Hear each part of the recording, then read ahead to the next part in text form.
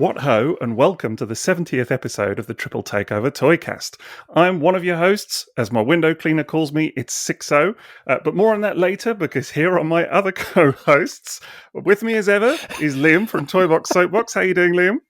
Are you sure? I feel like you just stolen my whole identity. What? Absolutely sure, mate. Yeah. Are you sure? Are you sure I'm with you and not? It's not you. You're not Liam. Yeah, no, it is. I just thought I'd keep you on your toes there. You know. Maybe I'm Sixo, but more on that later. Maybe. The look of indignation on your face as I started that, you were like, "Hang on, what's happening? What's occurring here?" You did have to get my attention, didn't you? Because I was looking at my phone. Yeah, very much so, mate. Very much so, and it worked a treat. Very Look effective. at that. How you doing, Liam? Back in the room?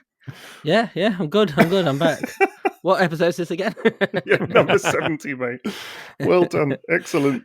So that's Liam. And we've also got, as ever, Jason of Jason. Jason of Jason. Should I be Maz now, though? If you're Liam and I don't know, mate. I'm so confused now. Who is anybody? who are we? Who are we tonight? You know? We could all do a little episode where we just pretend to be one another. I don't know. The other person. Liam or I could attempt a Scottish accent of some sort. Oh, don't. Aye. Yeah, you know how that ends when we do accents. Never good. Yeah, I do know. Yeah. I know all too well. We'll talk like the Highlander and be like, "Hey." That's what Just do lots of rrr. That's what you do. Lots of r's. Yeah. You know. Hootsmon. Aye, the That's what I'd say. The clan Yeah. MacLeod. Aye. Perfect. It's a kind It's of all- magic.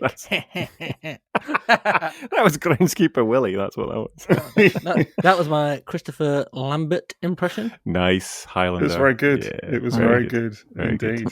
Well, we're here for a bit of a chat about next year, aren't we? Because last time we talked 2023. Wait. Is it not this year? When is this It's out? this year. No, it is. Actually, that's a good point. Yeah, because Yeah, it's we're gonna coming. Yeah, we're coming to you from the Ah. past when it's still 2023. But actually, I think you're going to be listening to this when it's 2024, aren't you? That's weird. And then we have flying cars. Yes. That's what we Yeah, want. probably. I know. It's all kicking off, isn't it? In 24. I mean, it's been like 19 years since the Battle of Autobot City. How the world has changed. True. Exactly. Yes. Yeah. Yeah. I saw a meme the other day with it. If Marty McFly from Back to the Future went back the same amount of time from now, it would be 1993. That's terrifying. It is terrifying. I mean, for some context, like in a year's time, the Battle of Autobot City will be vintage officially because it'll be That's 20 years true. old. Yes, it will. It will. Yeah. There you go. Yeah, it'll be the 20th anniversary of the Battle of the City. Do you remember My when it was God. the 20th anniversary of Transformers and it felt old? Oh, Like, yeah. Do you know, I was just going to say that because, of course, next year, as I'm sure many of our listeners will already know, is the 40th anniversary of Transformers. And naturally, we're going to talk a bit about that tonight. But yeah, I have a hard time with the fact that I still remember the 20th anniversary very, very vividly. So the fact that this is the 20th anniversary of the 20th anniversary, I'm like, nah, man, I don't like that. yeah, totally. Seeing Do not the like. seeing the 4-0 on that retro box art for next year, that really puts the grey hairs on you. It's when you know that you've got to a certain stage in your life when brands like Lego especially, and I'm sure they'll do it with Transformers at some point, but Lego already do this, when all of their advertising for certain bits of Lego is men with grey hair in cardigans. And you're like, man, That's it. dads. they know what they're doing here. Adult collector. Yep. It's advertising for dads. It It's is. dadvertising. Oh, there we go. Yes. Oh, no. I can't, it's funny as well. What It can I works. say? You can't. It'll live in your head forever now. No, it absolutely will. It's going to stick. It's going to stick. A little Liamism. I like it. Liam. Someone's But going to yeah, hear that, though, and they're going to use that. Yeah, they will. Yeah, and you won't get credit That's it. again, Liam. All these ideas you come out with I'm every an ideas episode. factory for everybody else. It's fine. It's fine. I've accepted it. It's I so live as true. a pauper while everyone else earns Profits off of your 50p off my name. Well, yeah, so we are here to talk tonight about 2024, 40th anniversary of Transformers, and basically it's just a bit of a look to the year ahead. Full disclosure, we are recording this before New Year, in case that's not evident. So for us, this is just a little look to the year ahead, kind of at the close of 2023, and the Christmas. toys that we're kind of looking forward to, really. Yeah, Christmas, all of that jazz is yet to come for us. Got me jumper. Oh, man, he's got his Christmas jumper on. a Jurassic Another Park one? Christmas jumper. Wow. Jurassic Yes. Xmas, a different one. Look, T-Rex got a little Christmas hat on. Lovely. The best. Love it. Love It's actually it. quite tasteful. It's Yeah. cool. Do you think that means Right. there's a Santi-Rex? Yes, we'll say yes. I had to think about that one there, Jason. Yeah. Because it's a cerebral joke. Very much so. Absolutely. Yeah. It's the real scientist stuff, that is. Yeah. So, yeah, we are looking forward to the next year. And it's really just the excuse to chat about toys, isn't it? And stuff that we're probably going to line our shelves with next year and just have a look at what's going on. So, a little bit of speculation, maybe some leaked listings and things like that, but just see where we end up. Yeah, a general chat about what's to come. And as you say, a bit of guesswork as well. A lot of guesswork, I think. Yeah. Because with the best will in the world, we don't know that much that's going on next year, really, do we? We only know a certain amount. There's some toys that have just been unveiled, but, it's probably only the first month or 2 months or at most that we really know kind of stuff that's happening. So we'll have to see where we end up with it all. Yeah. But in the meantime, we should mention that we do have a sponsor for the evening, and that is tfsource.com. So do check them out for your Transformers and third-party needs. And we also have a bit of a Patreon. Now, I'm saying that correctly tonight, aren't I? That was perfect. Absolutely perfect. Was it? It was, yeah. I can't believe what I've heard. Like, you've actually just said it normally with no prompting. No. Indeed. Yeah. Wow. I've been practicing in front of the mirror. It was great. Repeatedly. Yeah. I haven't. Have you decided what people on Patreon are called yet? I've got this. I know this. Patrons. Is it not just patron?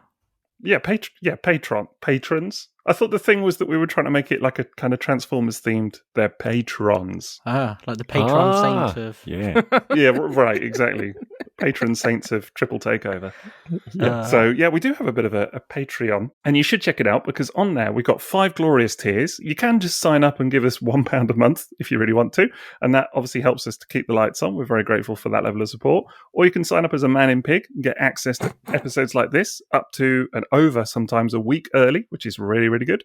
Or you can become an inner beast, unleash your inner beast and get on our Discord server, which is really the popping place to be on the internet. Did you just say the popping place to be? It's the popping place to be, indeed. I did say that, and I'm sticking with it. Party All right, poppers. Beatnik. Blimey, look at it. Right, sure. Why not? I practiced that too. I didn't practice that. Didn't It's practice not any calling of him this. on Daddy-O in a minute, Jason. Yeah. Maybe I will, Clicking his Daddy-O. fingers. He's Sure, too hip. why not? We're too square. That's what we are. That is it. You cannot handle my hip vibes. Well and truly the case. But yeah, no, get on our Discord. We've still got our old Marvel UK book club going off, haven't we? That's still really good fun. Yeah. Dog Lunch UK is doing a brilliant Did an job with amazing that. job. Oh, Yeah. what a thread that is. The amount of information that keeps popping up in there and just little talking points, just things you knew. And it's just Incredible. nice to talk about them in proper like discourse with people Yes. rather than reading about it and then, reading, say, it in a comic or, on the TF Wiki or on a forum or somewhere. It's just really nice to be able to have that back and forth in a proper conversation. Yeah. Yeah, there's been some incredible revelations already. Just stuff that I think I said in a previous episode. I consider myself someone that knows that comic quite well. And already I'm like, oh, never knew that. Do you know what I mean? It just, the kind of observations that people are making, it's really good. It is. It's great. Worth a shout out to Skybound as well. And Yes. the chat zone. I did read issue 3 today, but that's all I'll say. Indeed, yeah. We'll have another mini-series topic on that before too long. So, I still haven't read it. I keep forgetting it's happened. oh, mate, you want to get on? Yeah, get on it. Yeah. Yeah. It's proper. It's really good. It's proper. That's the way to put it. It's proper. Yeah, exactly. Yeah. It's popping. That's what they would say. It's popping. It's absolutely popping. Daddy-O. It's popping, Daddy-O. In any case, you can also sign up as a Sixo's Butler and get access to exclusive fortnightly minisodes on a range of different topics, all kinds of one-off topics that we do on there. We've just done in like deluxe Insecticons and loads of great stuff. We've just done the back of the box art, G1 Mural. box art murals, the box murals, whatever you want to call them. We still didn't really decide, did we? It's a mural. It's what it is. Yeah. Liam knows what to That was call the them. best. That was the best guess. Yeah. Battle in space. There you go. Battle in Space Space. battles. 84, 85, and 86 of box art. Yeah. Good. Yeah. Good chat. We just did that. And you can commission your own minisodes as well, so that's pretty good. And then you can sign up as our top tier Gold Box Classic, where you get all of this and you get access to a fortnightly mini-series, which is where we're talking about Skybound, we're talking about IDW More Than Meets the Eye, we're talking about something that Jason is doing, which is very exciting. And, of course, there's the legendary Tatman. which is where Liam takes us on a tour of the Tat, and it's my favourite bit of everything we do, I think. Not called Tatman. You'll find it's called Liam's Vintage Toy box? Soapbox? Or is it Toy Box? Soapbox. Oh, bugger, I forgot now. Soapbox, I think. Soapbox, yeah, there we go. Soapbox, That's there it. we go. Yeah. Yeah. The stuff you'll find in your loft. You know, Yeah. all those treasures. That's what it is. Oh, Yes. The true exactly. treasure of the 80s. Yeah. The next one's a good one. I don't want to spoil it, but it's going to be a good one. I'm looking forward to it. They've all been good. I don't know how Yeah. you're going to top the A-Team. But this is a classic 80s toy line that everybody remembers. It's one of those. This is one of the toy lines. Very short the toy line. quintessential but ones, classic. right. Yeah. Nice. Yeah. Is it Dino Riders? Oh, it's not Dino Riders, but it's not a million miles away from Dino Riders. It's quite extreme. Let's just say that. Okay. Yeah. Interesting. I think Interesting. Is that a clue? Trying to work it out. No. Yeah, I really randomly looked up a picture of Dino Riders the other day just for something that came up in the chat actually, and it still blows my mind, that toy line, how great it looks, honestly. So I look told forward you to doing that one. The other week I went to watch the WWE wrestling and somebody handed me a suitcase full of Starcom and Dino Riders toys while Yeah. I was in the stadium. Really? What? That's amazing. These are very yellowed Starcom toys and a bunch of Dino Riders, little, like the little partners, the minifigures, and Yeah. just loads of the bits to go on top of dinosaurs and stuff. Just this is my life. So yeah, just a It really is your suitcase life, full of though. it. Yeah, The first time I ever met Liam face to face, not on the internet, was at TFN. And I mean, you were half cut already. Well, I'm being generous when I say half cut. that's putting it mild. Yeah. Yeah, but you looked a bit confused because you're in the sort of lobby bar area, and you were like, someone just walked up to me and handed me a bag of Unicron trilogy toys, and you didn't even know what it was, did you? I was very confused. That happened to me a lot, but yeah. So I need to start going through that suitcase. Actually, remember what was in there. I think you There was did. a part of a vehicle Voltron. I remember that was in there. That was Oh, very really? exciting. Oh, nice. Yeah. Mm. That's good. Lovely. Look forward to But, yeah. hearing about that on a future Tatisode. Tatisode. Oh, that's a sode. But after that, Sixo's done a great job of selling you something. So I'm not going to try and sell you anything. I'm just going to try and help you out, because it might be now that it's after Christmas. You might have missed giving somebody a gift. So That's true. Crusader Against Inflation is back to help you, and you can head over to our Redbubble and get all sorts of cool stuff. People are loving these mugs. You've got to get them before they sell out. They really are. I don't think things can sell out on Redbubble, but if they could, you've got to be quick.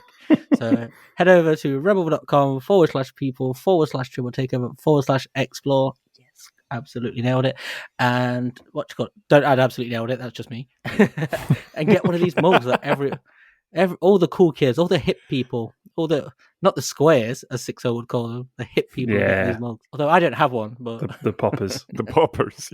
Is that a thing? Yeah, I don't know. none of us have a mug, do we? So we're No, yeah. I need to get one of these mugs. I need We a mug. do. Yeah. the we paupers, absolutely- the Dick Whittingtons of this world, like myself, don't have them. Without the Yeah, exactly. pocket or two. I think by this point we've established that really we are the mugs that we met along the way. That's Yeah. it. Yeah. So Just come and meet just here how it weekly. is. Yeah, exactly.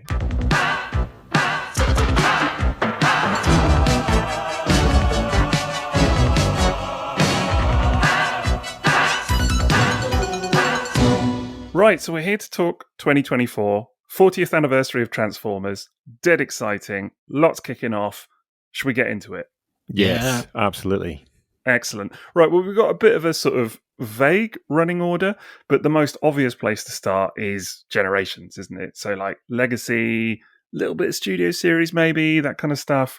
So, I mean, this is without a doubt the bit that we know the most about, I guess, but also the bit that probably most people are going to be talking about, isn't it? Because it's kind of where all the fun is happening at the moment, if anything. This is like the main part of Transformers as a toy line for us adults now, isn't it? This is where almost all of the focus exists, is on this one toy line. Yeah, it's so true. And it's also it's a big part because the reveals that we've just got a Titan class reveal, of Tidal Wave, which what did you guys think of that? There was a tidal wave of excitement about that, I believe. Yeah. Yeah, there has been a bit, hasn't there? I think it looks incredible, is what I think. I'm going to be totally honest. I've seen a few grumbles, a few, nitpicks and things. And like bizarrely, a few people being like, "Oh, I wish it was in this other color scheme or whatever." But whatever, man. Honestly, I saw the pictures of it and was like, "Wow, legit good." Yeah, it's all the greebly bits for me. There's a lot of detail from what I could tell from the images that I saw, and there's a bit of video as well, wasn't there? But there was. The head sculpt was what sold it for me. That I can. That's interesting. Really nice. Really, just. I'm always sold on a big yellow mohawk. Yeah. Missile mohawk, isn't it? Are they missiles in his forehead? Yeah, whatever they are, kind of. But the head has been a bit divisive, I think. I've seen as many people complimenting the head. Really? Really not liking it. Some people are not feeling the head, which I think is interesting. It's got a really almost Transformers animated vibe. That's probably why I like it then, because I'm a huge animated fan as well. But they do, don't they? Like when the Arc and the Nemesis have got a bit more personality like that. Yes. Sort of 100%. A G1 looking face. They've got that kind of shape to them almost. I completely agree. Yeah, they're a little bit more sort of stylized in a way. Yeah. They're not like classic G1, and this is Armada anyway. So but I think even versus the Armada cartoon, this is a little bit more stylized than maybe some people would have imagined. But it's not the Armada cartoon, though, is it? No, it's legacy. We're past that now. We're getting updates. That was one of my favorite criticisms I saw someone say was it was too similar to the original, and I was like, that's quite fair. But I've seen other people say it doesn't look anything like it. I'm like, are you blind? What's going on? This is the opinions, isn't it? It's always the extremes we have from people. Yeah, that is true. Well. That is true. Yeah, I think it's a funny old one because none of the stuff in Legacy. It is cartoon accurate, but it's not like slavishly done in the way that Masterpiece is, for example. It's, I was looking at I just recently got in hand Legacy Blitzwing recently. Totally got finger on the pulse as I am at all times. I finally got this toy, and this is the state of my 2022 Sixo. Exactly right. That's pretty early for me. Do you know what I mean? That's like on the pulse there. But I was looking at it versus the cartoon, and I was thinking, it's not, when you actually sit and compare the details, it's really not all that close. Like, it's got certain elements of it that are like, yeah, that's cartoon Blitzwing, but it's not what they try and do with Masterpiece at all. And I like it for that, in that there's a little bit of kind of added flair to it, and it's allowed to still kind of have its own feel, I suppose. Yeah. And I think it's the same with Tidal Wave. Yeah, they allow it to be a toy. And I think that's the thing about Tidal Wave, is that as more stuff was released about it, there's this smaller vehicle modes that are inside, which was looking that can be combined with Megatron. Is the theory, isn't it? That's what people are looking at. It's ironic it's called Tidal Wave, isn't it? Because it's like Soundwave, where he's got a little cassette of himself inside. Yeah, that's right. That's true, yeah. Inside his chest. His little inner child, isn't it? Yeah. Totally. I like that. I'd see someone saying that they really hope that this little kind of boat bit that's inside the extra parts, that it would be able to make a small robot as well. And as soon as I read that, I was like, oh man, I really hope that's true. Yeah, that would be nice, wouldn't it? Yeah, it'd be fun. Or there's another tiny Tidal Wave inside there, and it gets smaller and smaller. Russian dolls, exactly. All the way. Exactly. Just little Russian dolls. Just keep unstacking them, and they get smaller and smaller, just till you get down to like Legends class or Core class. World's smallest Tidal Wave. yeah. I need to comment on his nipple guns as well. They're not very subtle. Man. Yeah, they are just like all over the shop, and they look twisty as well. So, and to see he's got them on his knees. Are you going to be twisting the nipples, are you, Jason? Yeah. Give a good little twist. Yeah, they're on his hips, if anything. Oh, the hip ones, yeah. The hip ones, and yeah, definitely a good pair of nipple guns. They do look like they move, which I'm dead into, because, I've mentioned a few times about the lack of movable cannons on the Arc. So this, to me, just... the budget on this thing looks like quite considerable, no? Because it's layered in paint. It's got lots of like yellow and orange highlights, pink highlights as well. It's got movable cannons. It's got the small tidal wave inside it. Really feels like they've upped the budget a little bit. Would you say that's fair?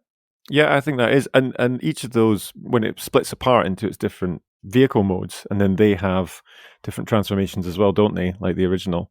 So it's a really nice take on the existing Armada, and they've gone for it. I think they've probably learnt from doing what was the Arc, and then to Nemesis, and now to doing Tidal Wave as well, to bring in more. You want that on a big figure, don't you? You want the bits that you can actually just use as a playset that we had on the the likes of the older sets from back in the day. So yeah, exactly. You want features and gimmicks and things like this. I don't think it's enough for these things to just be a big robot and that's that. I don't think that satisfies. Yeah, really.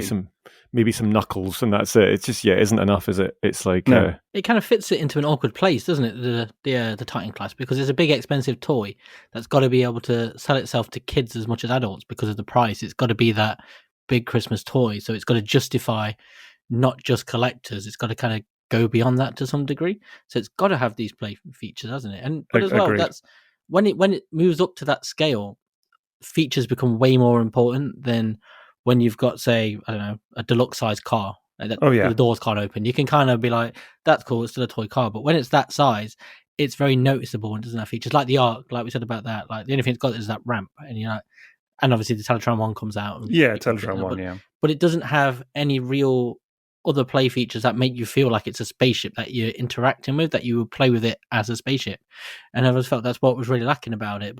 And so that's what they need, and that's why the Nemesis works with its ramps and stuff, and the little jets. It's got to feel, you got to get that sense of scale from a toy like this, and I think that's why it has to have these features, and it's great that it does. Yeah, 100% agree. Yeah, it's got to be a toy, and something that you just don't go, okay, great, got that, put it on a shelf, and that's it, because that's it's a lot of space for it to take up. Well, that's the thing. I think you're right, and I think Liam, you're spot on that it's got to appeal to kids in that sense. And I know that with little 7-0, this looks like it's got some stuff in it that would immediately capture his interest and capture his imagination.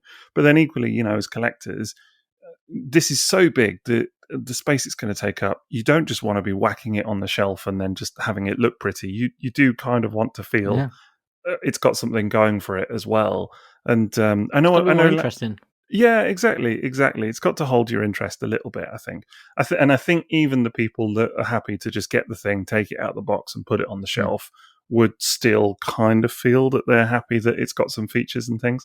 But I also think, and I know I mentioned it already, but, again, the paint, I know I said about the Nemesis in the last episode that felt like, to me, a step up in terms of paint and stuff. But honestly, I just keep looking at this new tidal wave and just thinking it looks like a Unicron trilogy era toy, both in terms of the design but actually in terms of the presentation as well. And one thing we've said consistently in our mini-series on the Unicron trilogy with Maz is that the toys from that era had a hefty paint budget, and this to me looks like it hails from that era in that regard as well. Yeah, that's very fair actually. I hadn't really thought about that. It has to, though, because again, there's a toy of this size. There's a value proposition issue here, isn't there? When you leap up from £20 toys, when you're asking people to put down, say, 200 quid or whatever this is, that sort of era, you have to go beyond what is acceptable in a smaller class toy. And it's like, if you go back to stuff like the G.I. Joe flag, for example, in the 80s, all of these big toys had those features. And with the flag, it wasn't that it was a replica of a battleship, which is what, say, adult collector toys are like that. It's like it's a replica of the real thing, and it does what you expect it to do. And it looks like something. It doesn't have to have the features. Some of them do, but they don't have to. But the flag, it wasn't that it just looked like an aircraft carrier. It's that it could interact with it, and it had all of the proper paint things and stickers. Exactly. Everything that drew you in to make you think, I can interact with this like I would a battleship to some degree, that makes sense. And I think it's like when you look at Metroplex, there's another one like the vintage Metroplex, and you don't think of it as just a base, because as a toy, you can plug everything into it and it could do all of its parts. And so I think paint and sticker and anything like that is really important on a toy like this, as much as features and everything. You've got to they have to sell it to you basically, because otherwise it's going to be all left on the shelf. Because I think that's one of the things that was disappointing about the Ark again. Didn't have no paint, but it didn't feel like it. It was really lacking. Nothing was really bringing out all of the details, and it got lost. Just a big missing, orange slab. Giant what's it? It did. I think it's the fact that it's orange as well. It didn't help in a way with the greebling and stuff. Like it didn't. You could have almost put a little black wash on it, and I have seen a few people do that, and it automatically looks better. But it just looked a little bit bare somehow. It's saturated, isn't it? Because of the colour that it has to be. It just kind of saturates out any detail. It really does, yeah. I mean, I think, red especially is notorious for washing out detail, but I do think orange is kind of in that category as well. But that's talking about color and stuff. I mean, do you think that we'll get repaints of this? Because, of course, this is cartoon colors. This is what in Micron Legend would have been known as Shockwave, but it's cartoon colors Tidal Wave. Do you think we're going to get a Toy Colors or an Energon repaint of this? Yeah, I'd say so. I'd be surprised if we didn't get Energon repaint from it. Yeah. Because they always that repaint version them now, pops. Yeah, it seems likely. I mean, Generation Selects is a thing, isn't it? Which was the last one that didn't? Triptychon, I think, is the only one. Yeah, Triptychon's had no repaints, has it? No, never did a new Metroplex or what do you call it, or the Arc, I suppose. Yeah, the new, those two. Well, Nemesis not so far either. It's hard to know what they would do with Arc and Nemesis, I suppose. Isn't that's what I mean. They don't really have that ready, do they? But these different. Do, and the ones that do have. Even Omega got the Sentinel. So. Yeah, that's very true. I'd be interested to see if they do the Energon one. Well, two thoughts on that. Firstly, are they going to do it with clear plastic? Yes, exactly. Whoa. Yeah. I don't know. Well, this is the thing as well. It's like, because I always think is light and sounds, which is something that back in the day was always prevalent, but don't get that anymore. That's not a thing at the moment, but clear plastic. Yeah. Light and sounds is a funny one because it never was a thing. Really, I mean, you got it on the odd toy like Galvatron back in the day in '86, but by and large, it just was not a thing in Generation 1 at all. No, not. And then it sort of briefly was a thing in G2, but then the little sandboxes. Yeah, exactly. Yeah. Not really in Beast Wars, but then it was Unicron Trilogy, if anything, that kind of and animated brought it in a little bit more, and then from there. And then it's just gone away again, hasn't it? Yeah, exactly. It's because we all forget about the batteries and they go off. Yeah, but it's such a staple of a toy from a time, isn't it? Like mid to late 90s to the mid 2000s. Every toy seemed to come with it. And it's funny how we flipped as Transformers fans, because back then you sort of look at it and almost sneer like, oh, I wish they'd leave this stuff out. and then when they do now, you're like, oh man, it just feels cheap and I miss it. And until they stick it into like a masterpiece like Optimus Prime, and then you go, why have you done that? Yeah, that's true. That's very true. I think I always kind of would look for light piping in a figure before I'd look for lights rather than battery powered stuff more than anything else. Every gimmick has its fans and detractors, doesn't it? It's fair to say. So true. It's one of those. But yeah, the other thing I thought about the Energon tidal wave was that I've seen a bit of a groundswell of love for this idea of releasing this Titan in the Energon color scheme, and actually I think there are a fair few people out there that would rather it was done in those colors than the purple, and I think that to me really says something about. I was thinking about this. There are a lot of people that I've come across, and I guess it's interesting for us because we're analyzing someone else's childhood that's a lot younger than us. That they, when they grew up with Unicron Trilogy and that, and they talk about it in a very different way to how sort of it seems objectively, which is that you can make a real distinction between people that grew up with Armada and people that grew up with Energon. And although it's only a year, maybe two's difference, it's quite noticeable that people are like, I don't remember that toy, but I do remember this one that came literally 18 months after or something like that. And it just really says something about childhood, doesn't it? And how it seems like this kind of never-ending, just expanse of time. But in reality, sometimes a year makes all the difference in terms of what is relevant to you or not. It's where a generation changes, isn't it? Yeah, very much so. Yeah, it's the one that you hold in your own hand that you just kind of fall in love with. I think it's, I'm going to say inevitable that they do the Energon one. Partly because there is that whole demographic and fan base that are just kind of crying out for it ultimately as well. So I think that'd be really nice to do. He is missing his minicon though, isn't he?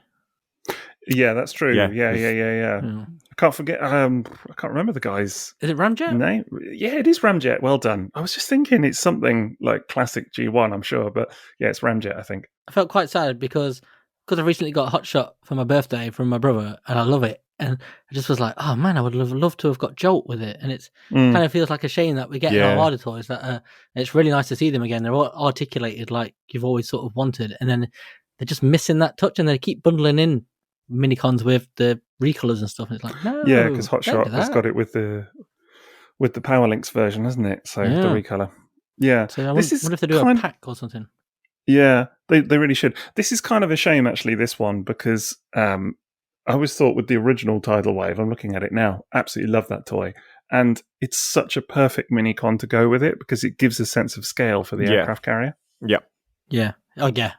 This is the thing, man. It's got a... Oh, yes. Man, it's missing more now because you think that would just set it off perfectly. It needs that to really sell it as an aircraft carrier. It really does. Yeah. And actually, this is perfect for that sense of scale against those tiny toys. You know, if you've got like a bunch of Micromaster sized toys or mini-cons or whatever it is, this is the perfect thing for them. And it's always worked in that regard. That's why I've got my G1 Fort Max set up with a load of Micromasters around it. It's just that, you know, those opposite ends of the spectrum. Yeah. I have that with Countdown. Just covered in Micromasters. Yeah. Perfect for it. So the other one that caught my eye though was Cybertronian Wheeljack. That was Bread Van. The Bread Van. Bread Van. Exactly. Oh man, love it. Me too. Absolutely. It was like, and he's got his little tiny propellery things. Impellers. What are they at the front? First Transformer to ever appear in animation or in the cartoon. In the cartoon. Yeah. In the cartoon. I don't know about adverts and stuff, but yeah, certainly in the cartoon. First Transformer mode, first transformation. Essential, really, isn't it? It is essential, isn't it? That's why as soon as I saw it, I was like, well, that's a requirement. I need that, you know, and I want it. Got to be done. The head sculpt of Wheeljack is something that I've always got a soft spot for anyway. Yeah. And then getting in that Cybertronian mode, really nice. Yeah. Again, though, I've seen some complaints about this, quite a few. I've seen loads. Yeah. Is it that he's too chunky? There's a lot too chunky. Too square, too chunky. Yeah, he's got HasLab Unicron legs all panel folded up and da-da-da-da. He's got a backpack. I don't know, man. It's amazing what they've done because it can fit Bumblebee inside. Yeah. And when you look at the vehicle modes side by side, it's not actually ginormous compared to Jazz and Bumblebee. No. It fits in terms of how you would imagine they do. And the robot mode again doesn't dwarf the others, I don't believe. I just think, you know, I kind of reached a point in my life, I think, where I look at this stuff and I really had this sense the other day after Tidal Wave was revealed and this, and I still saw, you know, people kind of kicking off about it and some real choice comments about some of it. Yeah. And I kind of thought to myself, I don't want to be all just consume product and then move on. That's not, you know, who I am, because I spend my life talking about this stuff and critiquing it where necessary or whatever. But I do think that we're in an arena where we're literally, as we've said before, getting everything we could have ever wanted, you know? That's it, Be it Generation 1, Beast Wars, you know, Unicron Trilogy, it's all happening, all eras, you know, rescue bots in Generations, you know, for God's sake. It's like, think of it, and it's happening currently. But there also seems to be this sort of like hyper-critiquing going on, but I think probably I'm not into it, partly because I've sort of got to the age where I'm like, I'm just happy that some of it is happening in a funny way, you know? And I look at something like this and I'm sort of, I know enough now, I guess, about like toy budgets and what goes into designing this stuff, and that actually not everything is possible in some little, what is it, deluxe class? It is, yes. Voyager, actually. Voyager. Fair enough. But, you know, Voyager class thing, it's not going to be able to do absolutely everything you want it to be able to do. And yeah, if there's going to be a bit of kibble or backpack or whatever, sometimes that's just the trade-off, isn't it? That's just the way it rolls. And c'est la vie, I don't know. Yeah, to get that version. I think for me, I remember going back to the days where there were no Transformers on the shelves until they did a reissue of Ultra Magnus. And then there was maybe a few Beast Wars that would pop up here and there, but there was just nothing. It was like the quietest time for Transformers. So the whole idea of us getting Cybertronian version of Wheeljack is like, never thought that would happen. Ever. Yeah, I mean, you know, we're talking 40th anniversary, but realistically, for the 20th anniversary, you know, all right, we'll talk about MP1, and yes, there was alternators and vinyl tech as well, but really MP1 was the 20th anniversary. That was it. Yeah, and that's right. That, as a masterpiece line, that was the only toy that year. It wasn't a line; it was one toy. Well, yeah, exactly. Yeah. Right. Then the next year, there was a repaint of that toy. And then the year after that, there was a repaint of that toy. And that was Masterpiece for ages. You know? It's like 10 years. Yeah. And it's like now, you think of it and it's happening, and I don't know. Yeah, what can you say? A lot of it is because that kind of collector mentality from Masterpiece has shifted to this kind of toy line now, and I think people look at it with that same critical eye of they want that toy that represents that thing off the screen, when that's not what this toy line is, and that's never what you're going to get for like a 25-30 quid figure. You don't really even get that to the fullest extent with Masterpiece, do you? But I think that collector focus has shifted a lot more from Masterpiece now to this toy line, because it's feeding that crowd as well, like myself. Because I buy a lot of this now rather than, I mean, I got rid of Masterpiece ages ago. I kept a few choice bits, but it was because this was serving me way better than that. It's giving me characters like Rotor Storm and stuff Masterpiece doesn't do, and it's cheaper. And I think you're getting that critical edge carry over. Yeah. Do you know, likely. I'm just looking at a site here that has like the upcoming figures for 2024. And what I really love about next year is we've got such a mix from so many different lines, from Beast Wars 2 to, Second, sorry. They put Beast Wars 2 there as well. I think you'll find, Jason. That's true. Second, I should know that. Actually. Exactly. And then they've got the Armada, they've got G2 stuff coming out, they've got the retro stuff coming. There's such a diverse amount of stuff coming out next year, which is really lovely. That's amazing. Amazing, actually. From like one line of toy to get all these. Oh, and animated as well. We've got coming as well. Animated, Prime Universe stuff, Bumblebee movie stuff. You name it, and it is happening. Currently, and I think it's pretty incredible. Yeah, so the hope there is that there's something for everybody ultimately within the fandom that they can get passionate about. And obviously, Tasmania Kid caught my eye as a core class. Figure, now that I know Beast Wars January, second. I think. Yeah, well, exactly. Yeah, you're an old pro at it now, aren't you? Exactly. Now that I know.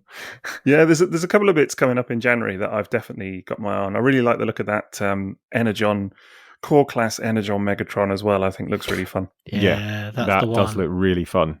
Yeah, I'm gonna get it, but I really want the purple one that I know has to be following. Inevitably. Just get both. Surely, that's what you do. Yeah, fair. I did that with Soundwave and Sound Blaster, so why not? Yeah, don't we all? Exactly. It's a real sign of what like technology can do now. When you look at that toy and you see what they can do at a core class figure, and it's quite fantastic. But it's also crazy when you realise now that's like 10, 11, 12 pounds. And you're like, that was like a deluxe toy 10 years ago or something, wasn't it? It's true. Deluxe Sideswipe in Universe, what was that? 2009-ish, that era? Yeah, I think so. Remember, that was £10. Remember, times have changed. Yeah, times have changed massively. So, 100%. So, what other bits have caught your eye then that's coming up? I would say, so I'm an absolute sucker for animated. So to see that there's going to be animated Bumblebee and animated Prime, I think, isn't there? Yeah, there is, isn't there? Yeah. Those two. They've already done Prowl. They have, haven't they? Yeah. I'm really looking forward to both of those and just seeing what they do with them. Do you like the style of them? I do, actually, yeah. I really like the Bumblebee. I think it's got a nice nod to the original with, like, the little rockets on the side. You stick in and little stingers and that. Yeah, exactly, yeah. And he's in his robot mode. With his, they've really gone for it on his shoulder pads as well. So he just looks very funky. Again, I've seen a little bit of divided reaction on it, just because, which I sort of actually understand with these ones a little bit, because animated was such a crown jewel for so many people, and Derek J. White was so beloved in the fandom, and animated was so sort of his baby that I sort of get that people are a little bit kind of protective over it. Yeah, there was a load of debate just a month or two ago about would Derek J. White like the legacy animated toys and things like this. And I was reading some of it and I was kind of like, I'm not sure that's the point, though, in a way, because like the original animated line still exists as its own thing. This is not superseding that or replacing that. This is a homage to that, if anything. So these new toys can exist as separate entities to the original animated line, and you can not like them or like them, and that's absolutely fine. It doesn't replace the originals, does it? Yeah, that's it. I think anyone that's got them, so I've got all the different versions of animated Prime from the original line, and I really like what they've done with this new version. So adding something to the mix. I think that's an important thing that people seem to ignore about Legacy stuff. It's all become, why doesn't it look exactly like this? And people think it has to, and you're like, it doesn't. It's supposed to add something new. And and this will be my first controversial opinion of 2024. Oh, here we go. This is my favorite design of animated Optimus Prime. I like this more than the classic version. I like that too. It's great, but it's never been a favorite of mine. Whereas I look at this and I feel just like the subtle changes to the shapes, there's something about it, and the black on the shoulders. And someone's going to tell me that was there on the original, I'm sure.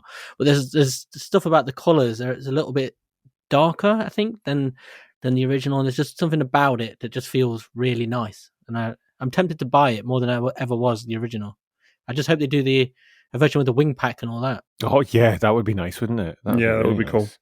But because they've got a bit of transparent action going on. But you're right, Liam. The blue and the red in the image that I'm looking at here is tonally different. The red looks darker, but kind of richer, and the blue's not the kind of prime dark blue that was on the original as well.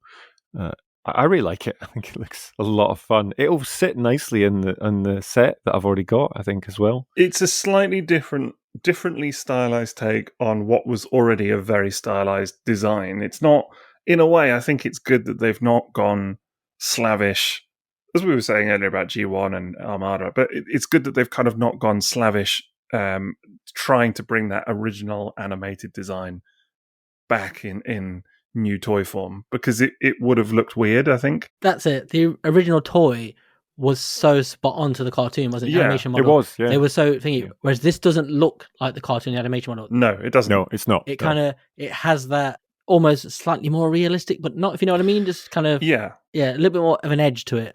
It looks like a generation's toy of an animated design, which is what it is, ultimately. So it looks like what it is. But it kind of needs to be that, because if you were to, I'm just looking at animated toys now, but if you were to take any of those toys and recreate them almost one to one in terms of style, and then just whack them out in Legacy alongside any of the other stuff that we're looking at, it would look bizarre, if anything. Like the animated works because it exists the toys exist within the context of that toy line, and because they all fit that one style, they work.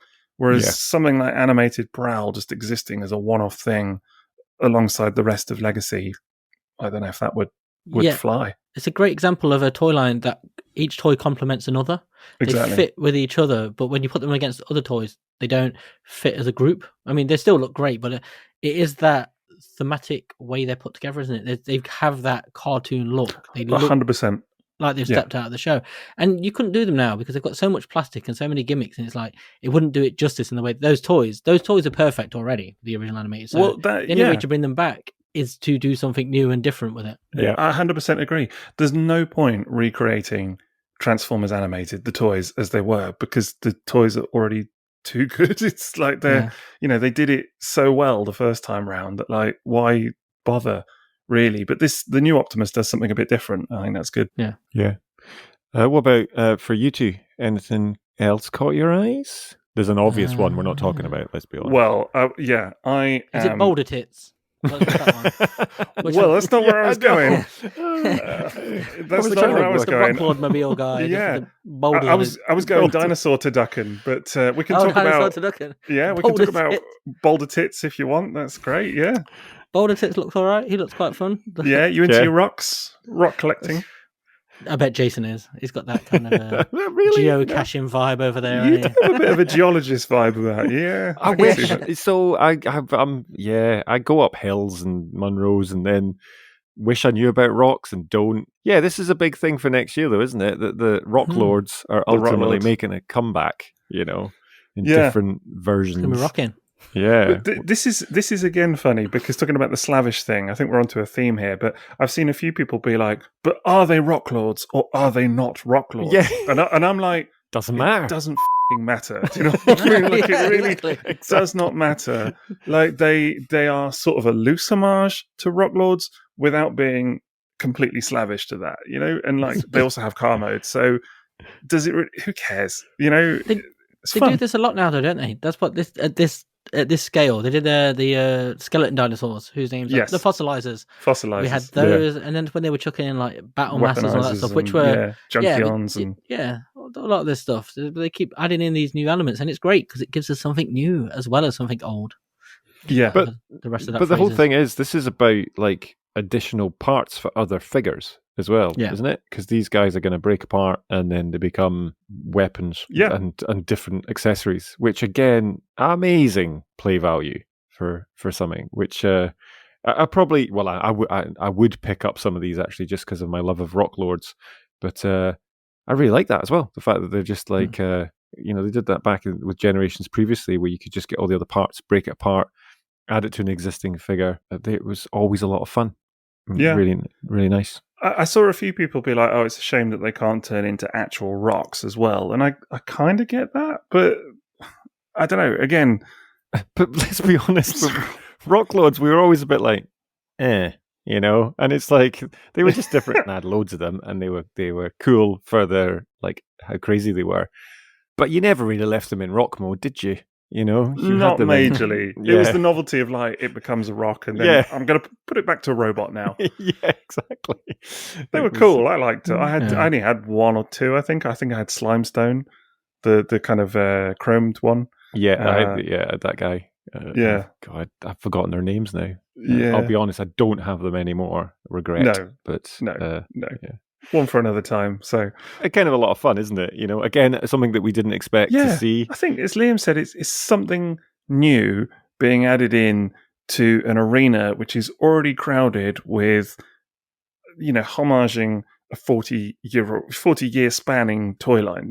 It's quite incredible that they feel that they're able to also add in this new element as well. I think that's really good. Yeah. What are you thinking, Sixo, about because there's a lot of Beast Wars that we're getting next year. So I'm into it. Yeah. Have you got any kind of faves that you're seeing? As I say, let's talk about Dino Turducken briefly, because Magmatron to me is the pièce de résistance. Let me tell you that. I think he looks absolutely sublime. We saw this thing up close and personal at it looks amazing. Yeah, at MCM, London Comic Con, and I was not prepared for how amazing I think it looks up close. It's huge, really, really big. I mean, it's not, I'm sure not compared to old Tidal Wave, but it's a big old clunker toy. Yeah, right. Yeah, wow. Yeah. It does look amazing in that toy mode, and I'm jumping between the picture of it as a toy mode and then the artwork. The original artwork, and it is just so mad. I love it. I'm guessing, Jason, that you've never seen or experienced the original Magmatron. I've not. No, right. I've only heard what you've. But when I'm seeing, is that pterosaur on his back? I'm missing pterosaur. Yeah, sure. Oh, there's Nessie. I know that guy. Pterosaur. Yeah. How is Nessie? He's doing well. He's all right. Yeah. It's a she, actually, isn't it? She. That's a good point. Nessie's a she. Is that who we pick up on your recording, on your track, going past your window? Every once in a while. Just like, hi, Jason. Yeah, exactly. Hello there. Do you live next door to the family nest, Jason? Oh, I love that show. That was great. Good God.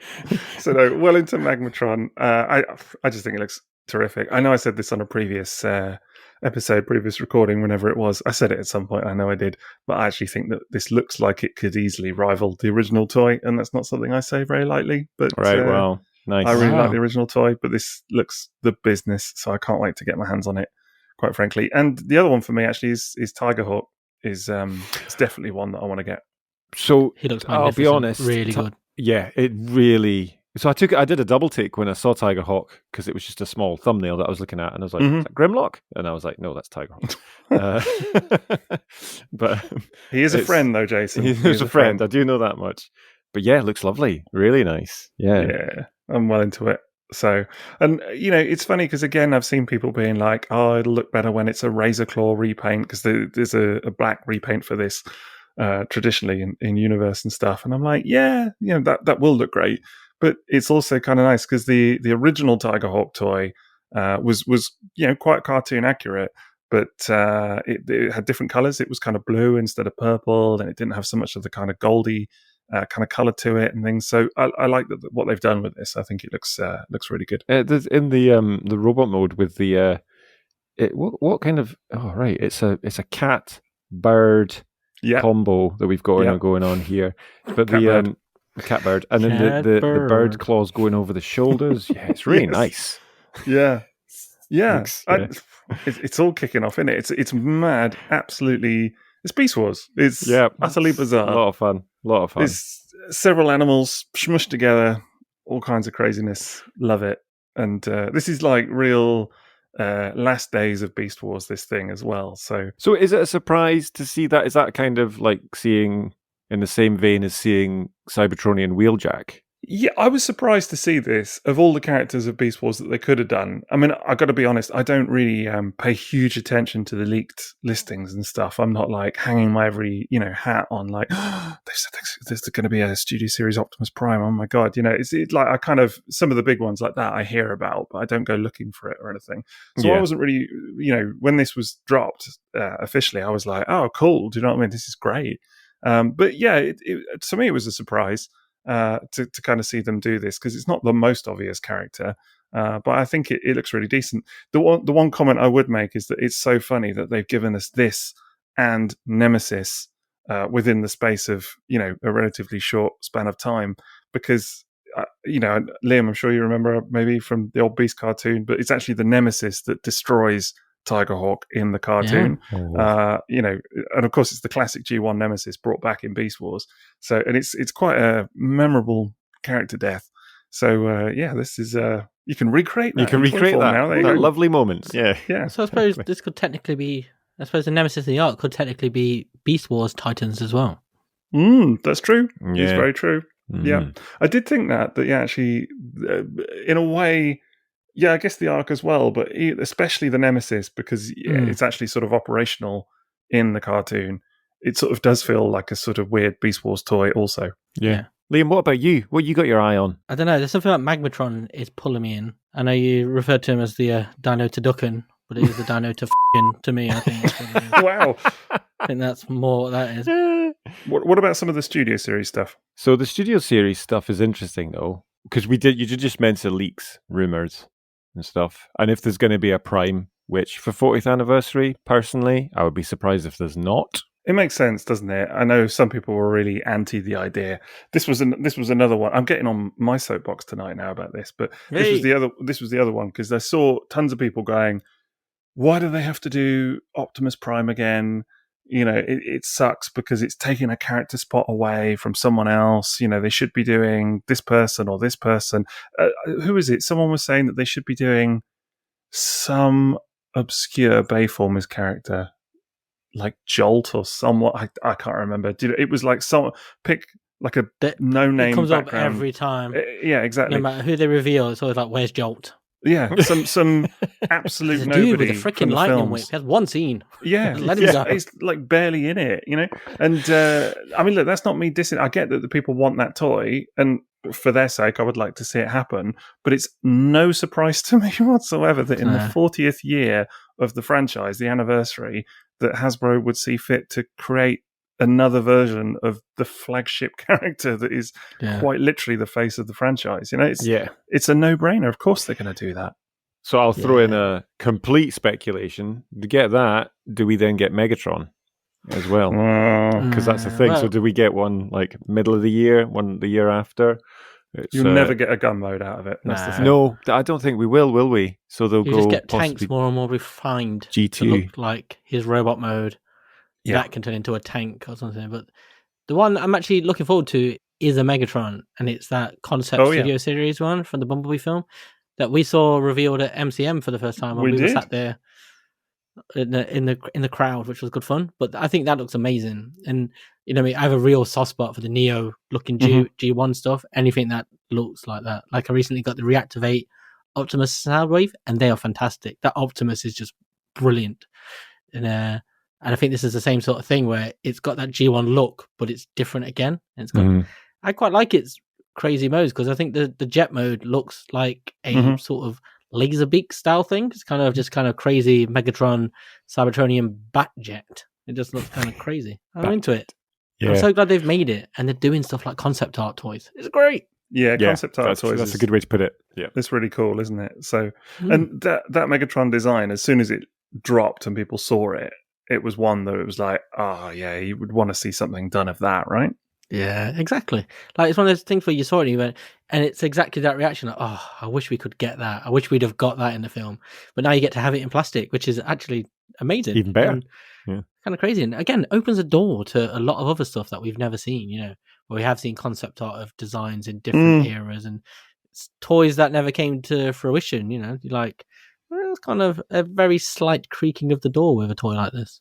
That's a really good point, actually, because there is tons of unused concept artwork from the films, but more besides, where it's like even old toy designs and things, where it's animated. like actually, well, yeah, Legacy Now is a perfect place to give you the animated Cosmos, or all the Warpath, the Power Glide, all those things you saw in the background, or characters that popped up on screen for a minute but never got a toy for whatever reason. A lot of stuff like that. This is the place to... Yeah, 100%. I've already seen a lot of people talking about the fact that they would like a sort of more cartoon accurate animated Wasp, because the original one didn't have the head or whatever, did it? So, stuff like that can be done now, possibly. And I think you're right. This is like a little nudge in that direction in a weird way. Animated Springer. Give me animated Springer. Yeah, that would be something. That would be lovely, yeah. That would be something. I'm kind of with you on the modes to an extent. I must admit, I have looked at the modes and thought, but at the same time, they are properly Cybertronian, aren't they? And I kind of dig that. They're no better or worse than a million others, are they? I've seen people complaining about that, like you said, and it is just like, I've seen worse, I've seen better. It's just what Cybertronian modes are at this point. They're a fudge. But then you get one that looks exactly like the cartoon in the Wheeljack, and people complain about that. So. Yeah, you can't win. Yeah. In a way, it makes more sense as a Cybertronian mode than Wheeljack does, in a funny way. Yeah, that's because we've become so used to Cybertronian modes being just nonsense. It's just like, Cybertronian mode is, we've got a robot mode, we can't figure out how to do it into anything. Let's just fold it up and call that Cybertronian. We're used to that now. That's what it is. Yeah. I remember Soundwave took that to the nth degree in that mode. The Bumblebee one. Yeah. He just lays down and is like a dead crab. It's basically what he is. It really does. He looked like a video game console or something. He does. He looks like a controller or a landmine. Yeah. So right. Did you see the Alien video game reference?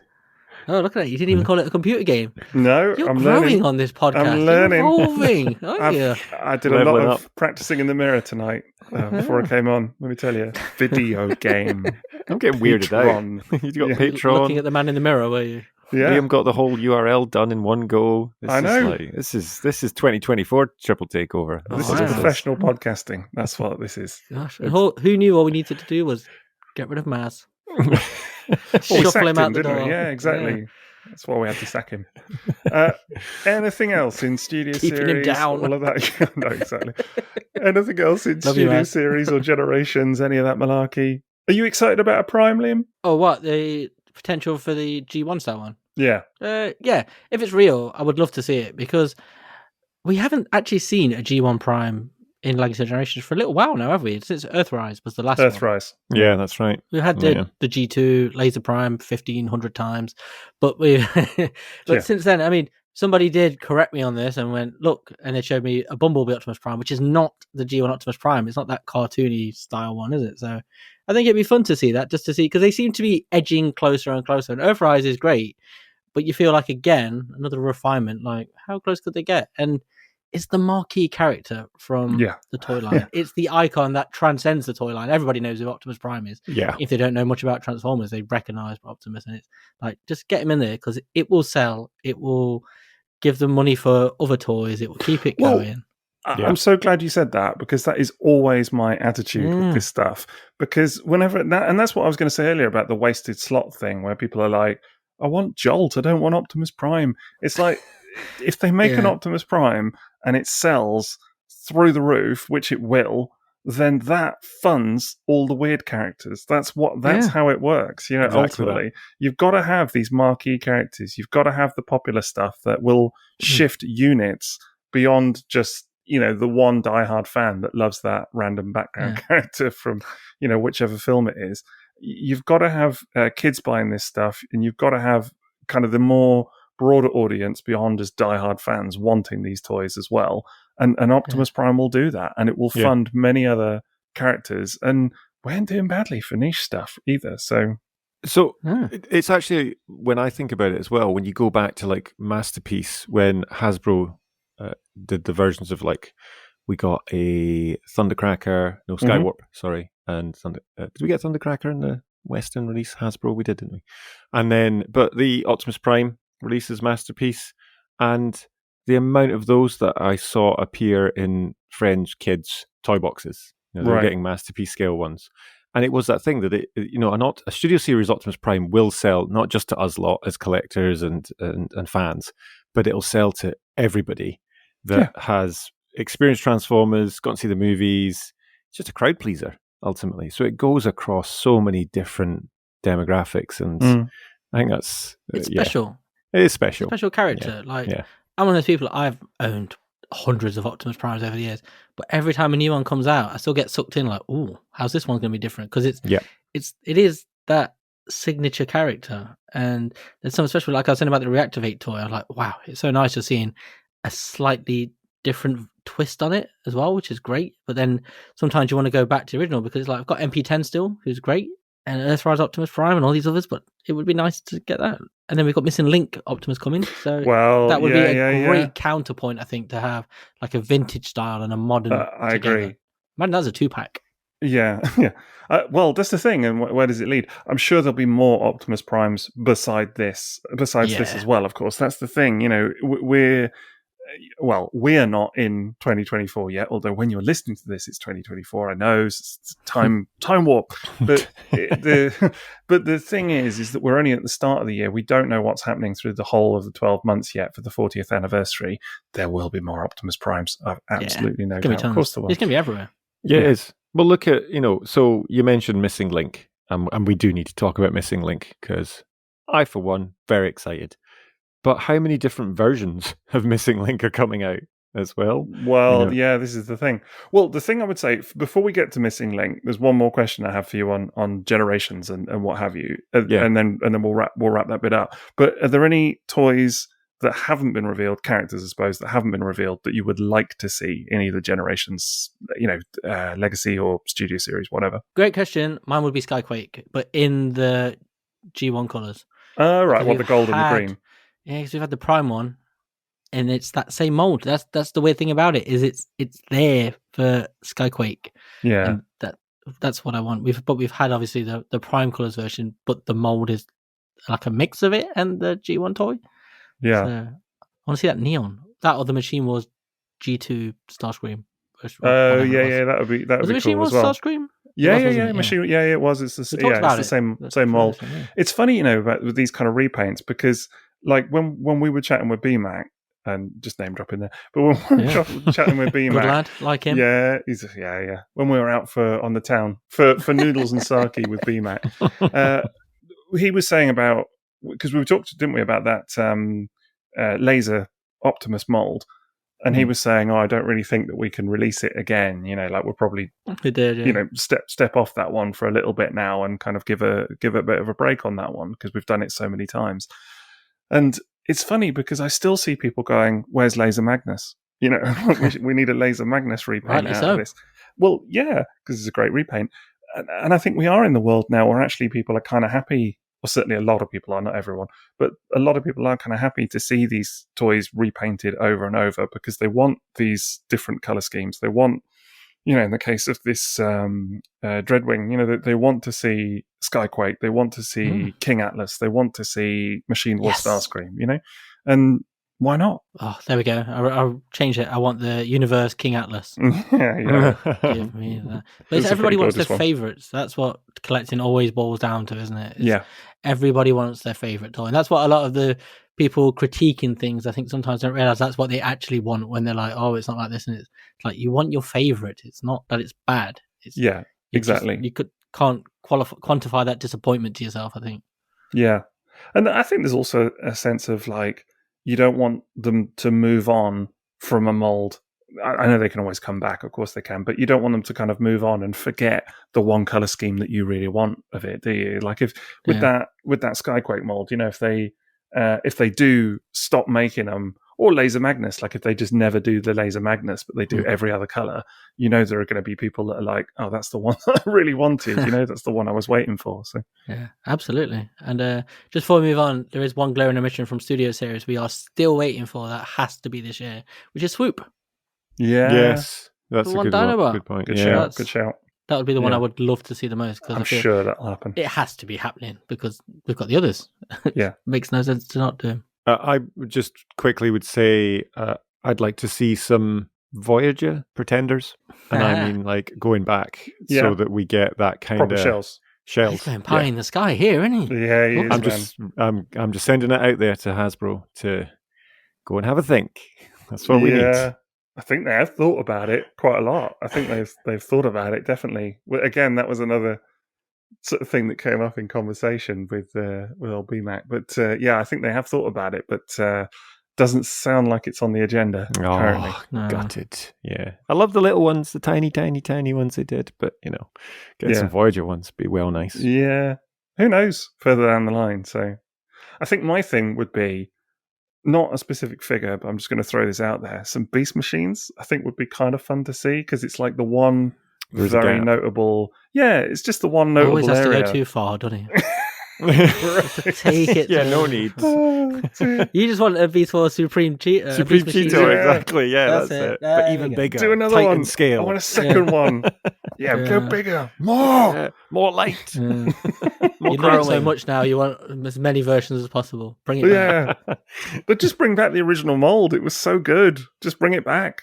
Robo-Sen Supreme Cheetah. Oh man, kit it out! Imagine, but no, I do think kit it out. There you go. Hey. Yeah, boom. Oh dear, perfect. Cat it But out. I do think that some Beast Machines updates would be fun. I know people hate Beast Machines, and I know people think it sucks. Whatever, I don't care. I'm just kidding. I like the show. The show was fantastic. Yeah, excellent. TV You're that show. person now asking for that niche figure, aren't you? Well, hear me out. Who wouldn't want to see like a new update to something like Beast Machines Thrust? The cool motorcycle drone toy, but done as like a proper, deluxe or whatever it was. That love a would be super Jetstorm. Cool. Yeah, Jetstorm, exactly. Yeah, something that was properly cartoon kind of looking and whatever, or a decent size Tankor, because the only Tankor that was really cartoon accurate was the really tiny one back in the day. So stuff like this, or do the original toys again. Or... There was a Tankor a few years ago. That's true, actually. Yeah, I'll take it back. But still, throwing Tankor another out. One. Another one. Why not? Or just some of the Maximals. I think there was a leaked listing nod. I think there was some suggestion that there might be. I think it was a core class thing.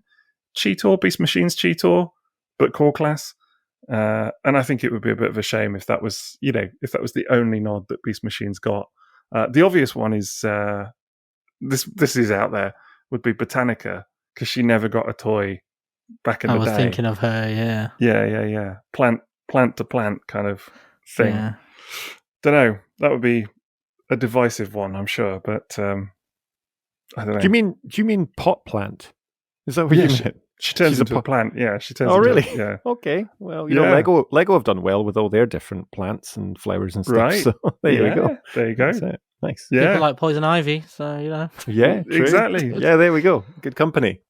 I mean, look, she's not my favorite design, but part of me is just curious, just because there never has been a toy of that character, so it would be kind of funny to see it finally happen after 20 odd years. Do you think they could do a Night Scream? Do you think they could do his Quiff justice? Right, maybe.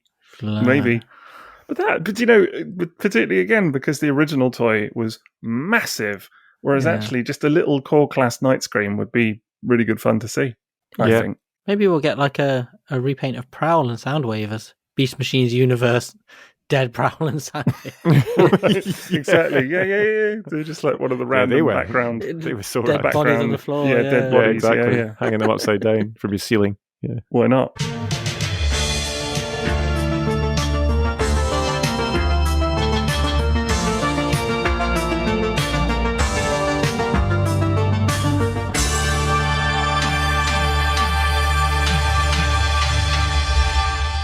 Okay, well, we'll move on from Generations, Studio Series, all of that kind of stuff, and move on to some other areas that are likely to be, I'm sure, very exciting for 2024. But there are a couple of bits still that, probably we can talk about in minisodes and things like that as well. It's fair to say, isn't it?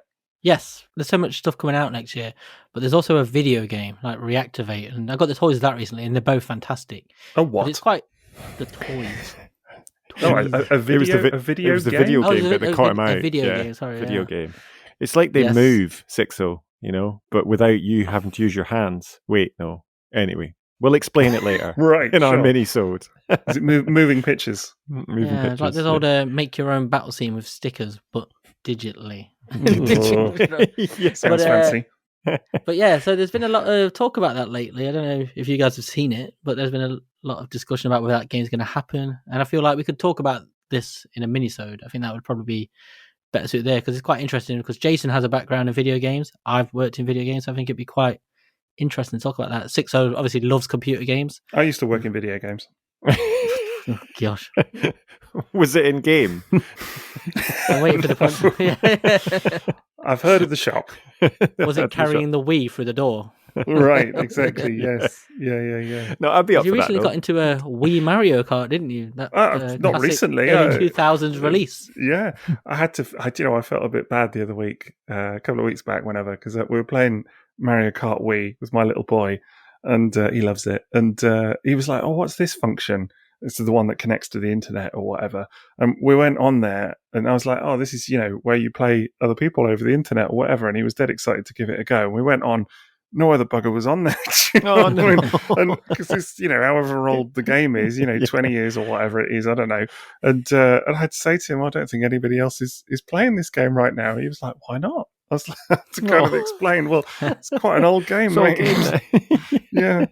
But everyone's moved on. Yeah. What was it? Was that on Switch? Was that Mario Kart? No, it's on the Wii. On the Wii. All right. I've still got a Wii. I'll dig it out and we can organise that. So that'd be brilliant. 7-0 can have a go. I don't think the servers exist anymore, do they? No, that's the problem, isn't it? Yeah. Who knows, mate? Who knows? Turning them off. Yeah. But yeah, reactivate game. That would be good to chat about. I'd be up for that as well. We'll see about that soon. Yeah. Well, we also then, obviously, Jason, you've already alluded to it, but we do want to talk about Missing Link and retro reissues as well. I think needs a bit of time in the old spotlight because both of these lines, there's a bit of overlap there for me because they're both kind of, although they do different things, they're ultimately both looking back to G1 toys, aren't they? And kind of bringing them back in some way or another. And it's fair to say we don't really know what's happening with either of these beyond, hopefully there will be more. Missing Link, we know that there's the 2 primes on the way, 2 versions of the 1 prime, I should say. The 2 releases, and that looks, we've talked about it, that looks amazing, doesn't it? So that's, I assume we're all getting that. Yeah, although there is, because there's there's the missing, is there a difference between the USA edition, toy edition, and the Japanese toy edition? And then there's the O2 version, anime edition as well. Oh, right, I see what you're saying. No, well, there's 2 versions at the moment. There's the cartoon version, the anime version, which is the one with the blue windows and stuff and no trailer. And then there's the toy version, which is just the Japanese toy version, essentially with the Japanese box art and everything. Yeah. And that is, a new version of the Japanese box art, but done by the person that did the original box art. Oh, really? I didn't know that. Yeah, same artist, which is cool. So it's just the 2 versions at the moment. But I have no doubt there's going to be more of these. Yeah, and I would say so. Yeah, 100% would be not surprised. They're going to fly off the shelves, aren't they? So I've got the toy edition pre-ordered from the USA version. Why not both .gif? Yeah, it'll happen. It will happen. Is the USA version not just the Japanese version just being released on Hasbro Pulse? Yeah, pretty sure it is, yeah. I think it's just the same toy, just imported, isn't it? Yeah, maybe it comes in a sleeve or something. I don't know, like one of those cardboard sleeves. Come carrying giant American flags and a hot dog. An eagle delivers it to your door. That's the thing. So you have to be at a baseball game to purchase it. Exactly. And someone throws it to you like they do. Supposedly they throw hot dogs, don't they? I didn't really actually do that. I don't know. I have been to baseball. Yeah. On a Harley. Right. Yeah, exactly. That's exactly how it's delivered. This is a Freedom Prime. Yeah. Brilliant. I'm well excited for this line. I think they'll do more. I would put odds on it being like a Soundwave or something like that. Maybe a Starscream. Yeah, we can recreate the first issue of the UK Transformers comic. Yeah, just because they'll have proper bendy arms. The cover. Yeah, that would be cool. I kind of really nice. feel like a Seeker would be a shoe-in as well. Although we talked a lot about this in the Missing Link episode that we did, and so all the kind of challenges and stuff of that are in there. But I kind of thinking about it now, I feel like the Seekers is probably a shoe-in, although it's a not so obvious one in terms of the articulation. But it's obvious in the sense of they can get like a gajillion repaints out of it, can't they? So, yeah, that's it. Yeah. But then you go further because it's like if we get Soundwave, and then because we've had so many different versions of Ravage, some more successful than others, and how they'd kind of keep that to the original but give it more articulation. And then the other one that I thought about was Bumblebee, because Bumblebee's kind of charm for me was just how simple the transformation is. It's just, and if you kind of start adding more of the Missing Link kind of style to it, does it change? We don't know yet, though, do we? No, he's going to transform. Knee joints, doesn't he? Some hips. He does. That's true. But he's so small. This is the thing. It's tiny.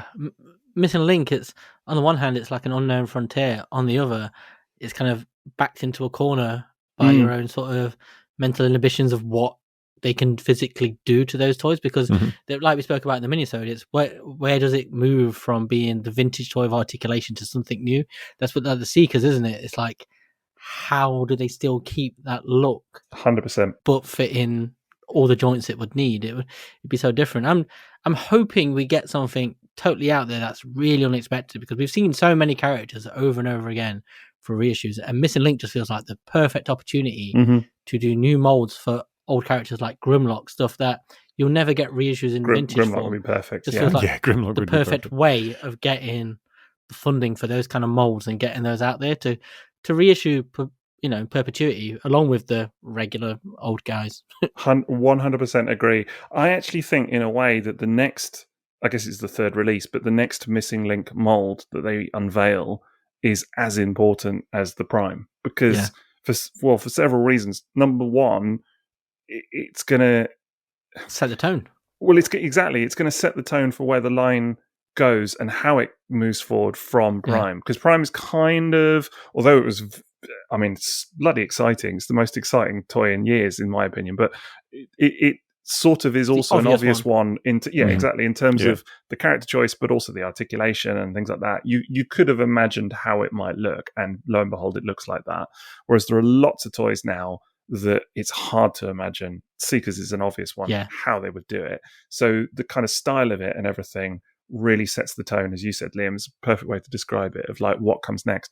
The other one is the character choice is going to be crucial as well, because that is also going to dictate it, because we're all assuming it is G1, but it could just be that they go through and do leaders, for example, like it would Mr. Karatomi. It would not surprise me at all if they just did the big hitters. They did like maybe Rodimus Prime, but then they do like Star Saber, or but maybe they skip to other generations as well, and they move to other eras, Beast Wars or whatever it is. I don't know. Well, they all have articulation. They all already have they that. do. But with Missing Link, Prime was the perfect proof of concept, because he's an icon. You wouldn't know he'd be coming in a toy line like this. And like you said about the articulation, it's one everybody instantly gets, because you're like, oh yeah, I could see exactly where that toy works with new hips and arms and like it makes sense. You imagine it, but like where they go next, it's like you say, it's so important, because if they just go to like say Soundwave again, exactly, it's almost like it instantly sets the tone of, oh, it's Soundwave again, rather than it's this new. Like I say, it's like a new frontier at the minute. There's this feeling of it. You don't know where it can go. Prime is the obvious one you kind of have to get over. Then everything from here is new and interesting. Yes, and very much so. To maintain that, I think it has to be a new character, and I think that's why I personally think it will be Grimlock, because I feel like he's such a main character, and it's so glaring by not having a vintage version of him. Just had a Robosen release as well, so it's kind of hot ticket at the moment. Just like Optimus is the one you can see exactly where they could put the articulation, because he's got most of it. It's just really what he needs, some shoulders and elbows. Yeah, it's really it, isn't it? But then also, I know this is it's not an outlier, but Shockwave with that treatment, I'd like to see that, because the G1 Shockwave is very straight up and down. But I did wonder as well, imagine if they just went the complete opposite and just released the 84 line as all missing link, and they just followed exactly the same that we got back in the day. And they were just like that brave. That's the thing. We're going to do everything again. I think that's exactly it. I mean, they may well just do that. That's the thing. It may just be Autobot cars, and it may be kind of what we imagined we were going to get from Masterpiece back around the sort of MP10 era, when it was like, oh, they're going to do the whole of the ARC crew, and that might be what they're kind of doing here. I don't know. But Liam's right. I think whatever happens next sort of sets that precedent for what it's going to be. It'll either be something sort of completely obvious, like a Soundwave or a Carbot or Bumblebee or whatever it'll be, or it'll be something a little bit left field but kind of cool because it's a mold that's been lost to time, like Grimlock, or it'll be something totally random, like I don't know, a G1 First Aid or something like that. Do you know what I mean? Just what? Yeah, please, exactly. Please, Takara gods, Nose give cone. us the Technobots with exactly. Just a duocon, wide load. I do think that the Datsuns, there you go. I think they feel like a fairly obvious place it could go. Sure, but again, it's just getting away from the molds we've seen reissued over and again, like Blaster, Soundwave. Yeah. Well, they're coming out in the main retro line, aren't they? Yeah, in the retro line, yeah. Which actually just Soundwave. Soundwave and Blaster. Yeah. They're coming out in their cartoon colors, aren't they? In those kind of original boxes. That's what I mean. It would feel weird if you went to a Soundwave or those kind of characters whilst there's already one on the shelf. Very true. Exactly. Very true. Yeah. I'm finding that a bit odd as well with the retro, because we've obviously had the really nice retro stuff this year with the comic book artwork on the front of the boxes. And then for next year, they're keeping that theme going of the toy colouring on the G1 toys. But yeah, they're going back to the old packaging and stuff like that. It's just a 40th anniversary thing, but, yeah. It's nice. I like that packaging. Have we seen the back of the box? And if that back of the box artwork is back? I can't remember, to be honest, but I think it was a very definite move from Hasbro to be like, we want the most recognisable packaging on the 40th anniversary. We want to celebrate that as much as possible. So I don't think it was anything other than that's, they want that iconic packaging. It does create a potential problem for some people, though, doesn't it? It does, because Bombshell. Yep. Whereas we still haven't had 86 movie Bombshell. Is it one of the insects we haven't had? And it's like, if they're doing this now, potentially he would come out in this new packaging, which would be great. Exactly. And are we going to get Starscream again?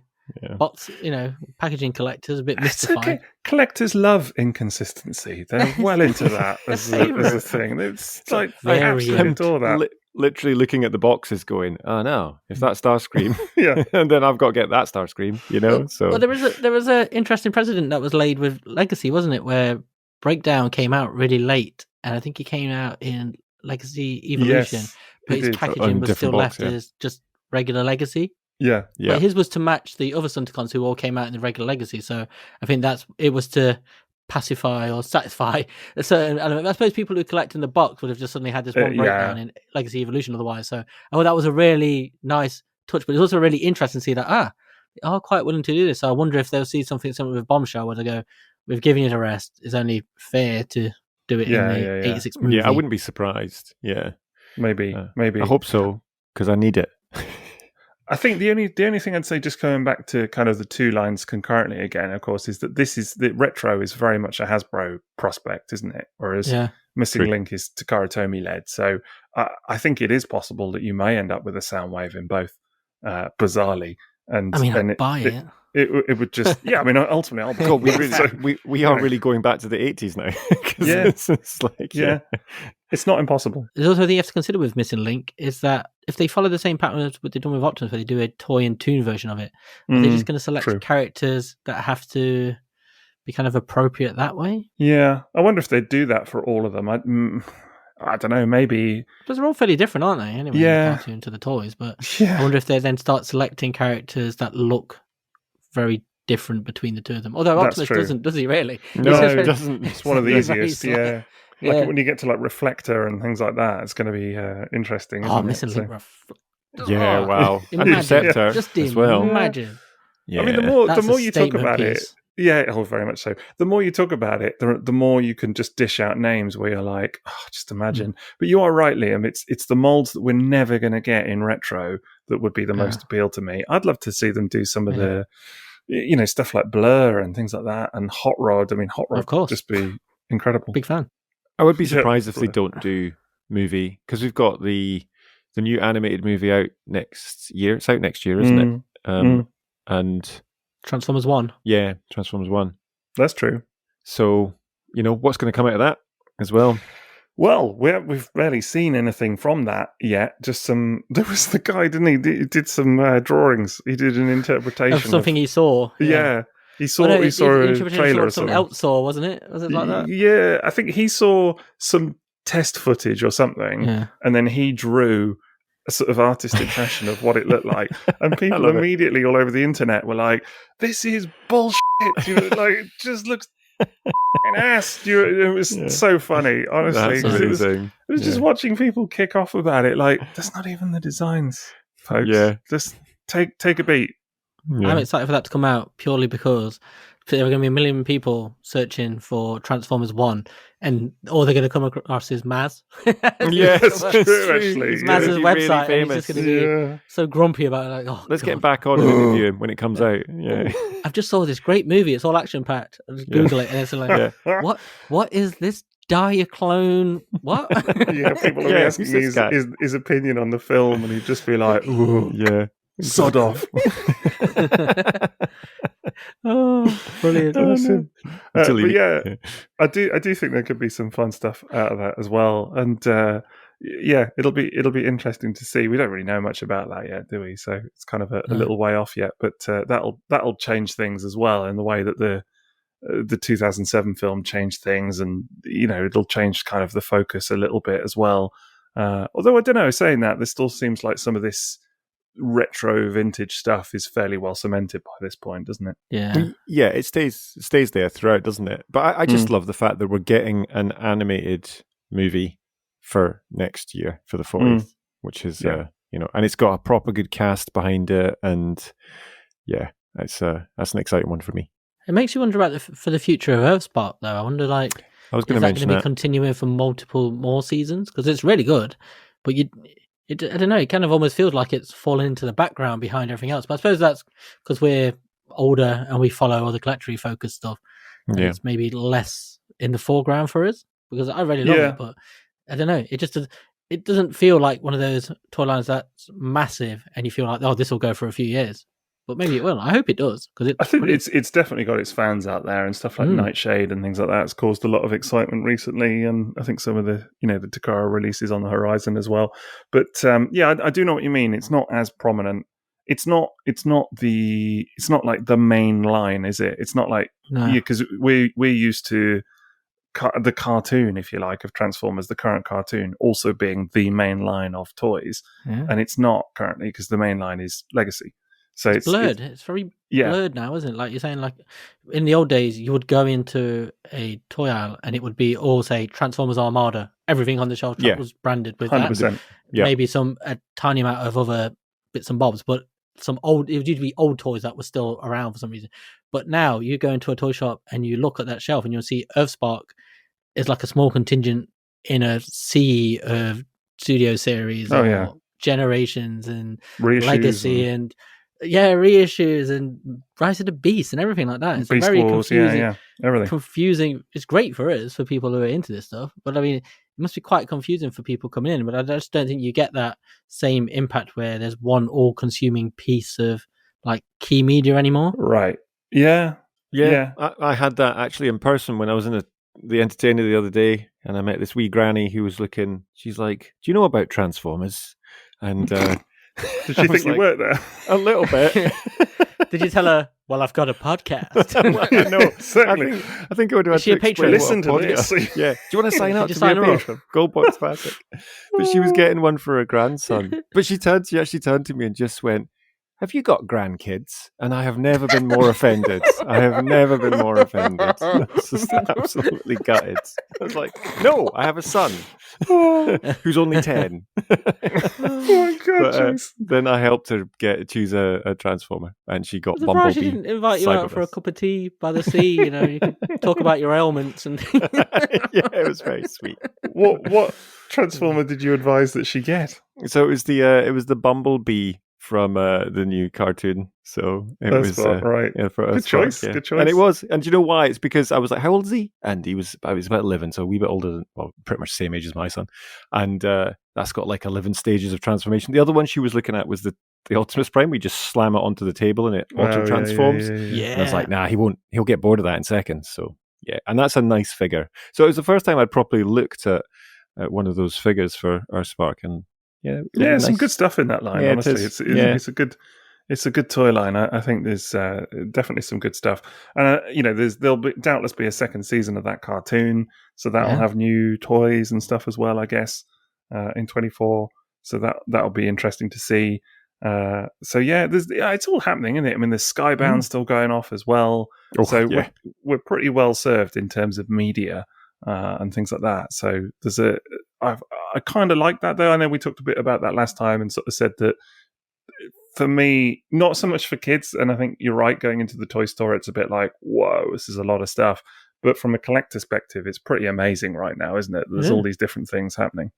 So do you think there's any chance of oversaturation occurring here? Like just from the other side of the fence here? Because there is so much stuff coming. There's the film, there's cartoons, comics, and there's a video game, and it all seems fairly standard, but there's so much. And we're seeing at the minute, like in the cinema, you're seeing a lot of movies not doing great. Things like Flash, the Marvels films. Yeah. There's quite a few films are really spluttering along and not doing anywhere near it. So I'm just wondering if maybe Transformers next year maybe gets caught up in this kind of, not backlash, but just kind of general apathy from the wider crowd. That's a really interesting question.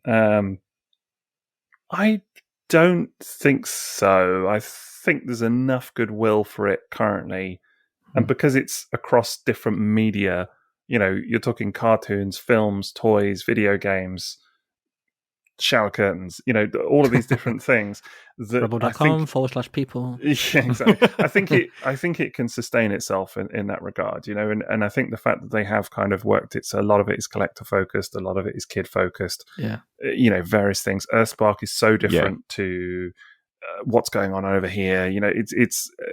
It's all things to every person in a way, more than it ever has been, I think. Yeah, I think it's just given more choice ultimately. Yeah, exactly. Across the media. And I think within cinema in general, there's been, whenever I'm talking to friends, family across the board, just a bit, it's becoming a lot more expensive, and it's getting really eaten up by your streaming and other stuff and podcasts, and people just spending their time elsewhere, Patreon.com / yeah, exactly. But like Rise of the Beasts did all right, didn't it? It didn't do do great. All right. It did all right.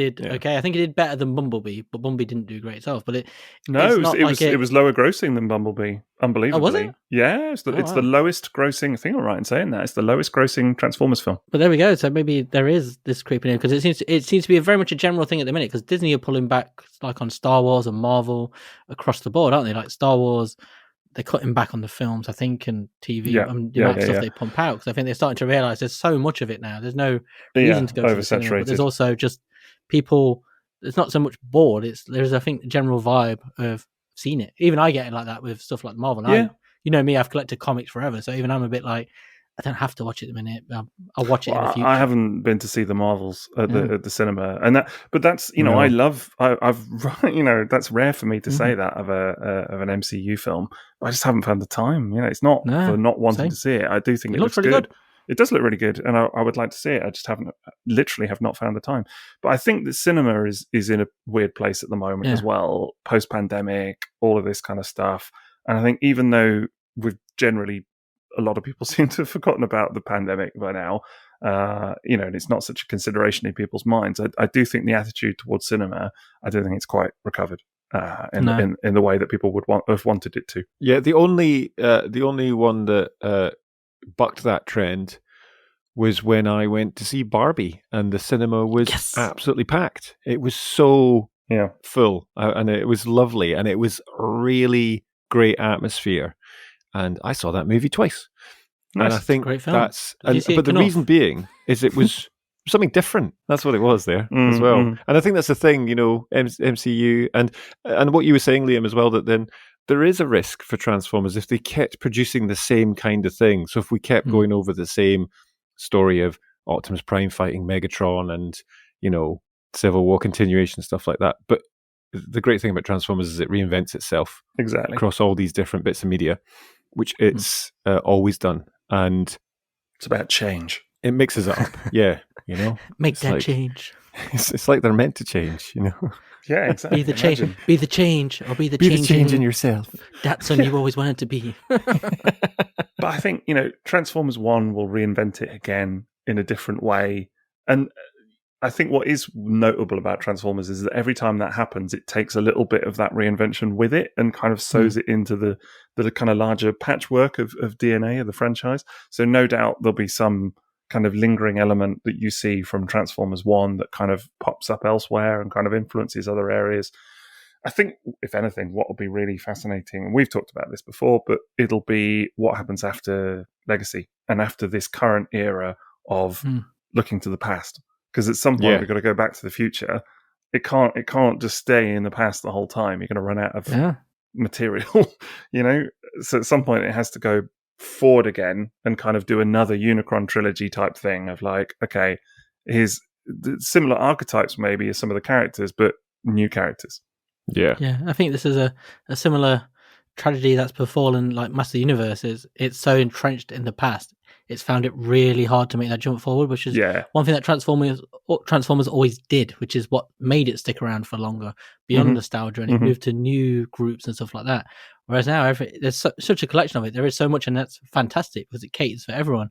It's just I just do wonder about the movie though. I just wonder if the reception to Rise of the Beast and the budget made them rethink, because they had a grand strategy, didn't they? But they were going to flash it off into a big G.I. Joe universe. But G.I. Joe films always seem to do terrible. So I wonder if they're starting to look at that and go, I'm not sure there was much of a plan even then, other than showing that business card and just saying, here's an idea. I don't think they had a plan necessarily, but I don't know. Paramount are at this stage cutting a lot of stuff that is complete, and then they're like, nah, we're not doing the marketing budget for that, because they know the marketing budget's going to be the same as they've spent on the film ultimately. That's so it's not Warner Brothers. That's Warner Brothers, isn't it, as well? Yeah, they're doing that as well. Yeah. I swear to God, if they Batgirl me again. Well, exactly. I know. This is the thing. I just had a quick look, me of Keaton Batman. Robbed me of Keaton Batman. I will never forget. Oh, that's right. Oh, no. Yeah. I did have a quick check there, though. The budget for Rise of the Beast was $200 million, and the gross worldwide was 438, just shy million in the end. So marketing budget would have been. I was going to say that's marketing, though. Yeah. What did it actually do? I did hear some talk about did it break even? Just I think was the conclusion, was that it made its money back, but and a lot of it will have been toy sales and things as well, of course, and that's ultimately what those sorts of films are about, isn't it? It'll have a good tail though, won't it? Because that was its budget at the box office. I imagine once it gets, now it's on DVD, Blu-ray, all of these things, that will stack up. Streaming over the years, all those sort of things, they'll make money. I bought it full price on Blu-ray. Yeah, licensing it out to TV channels for films. I think it'll do quite well. I think so. A lot of Transformers films media hang around, don't they? They don't just disappear because the franchise carries on. So Revenge of the Fallen's on Channel 4 or Film 4 all the time, bloody week. Yeah, exactly. Constant enemy scrotums. It's the worst one. Reason the reason that we had the comics and the cartoons originally was to sell toys, and that's ultimately the aim that they do, which is why that's the aim of the media. That's what it's there for. It's the vehicle to sell these products. Very much so.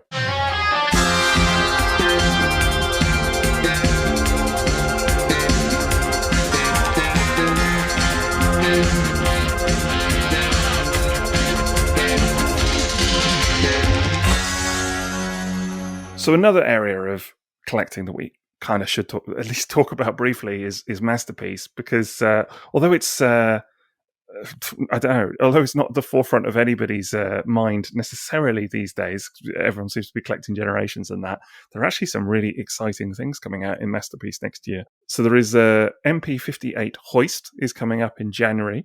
I'm very much looking forward to that one. Have you seen this one? I do have that on pre-order. That's pretty good. I've forgotten that was the beginning of the year. Yes, nice. That's coming up thick and fast.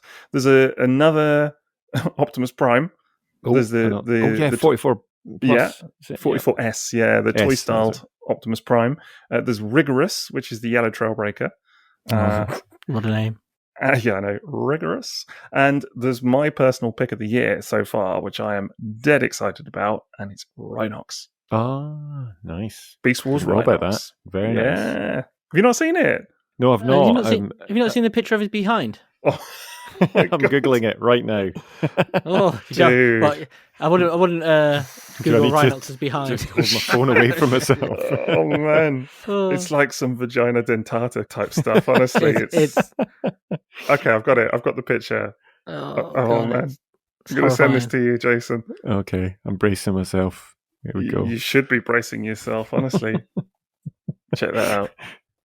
Oh no. You should see where my pointer is literally right on the hole. Oh, that's the worst. I'm moving the hand. It's nightmare fuel, isn't it? You see it and you're like, oh, no.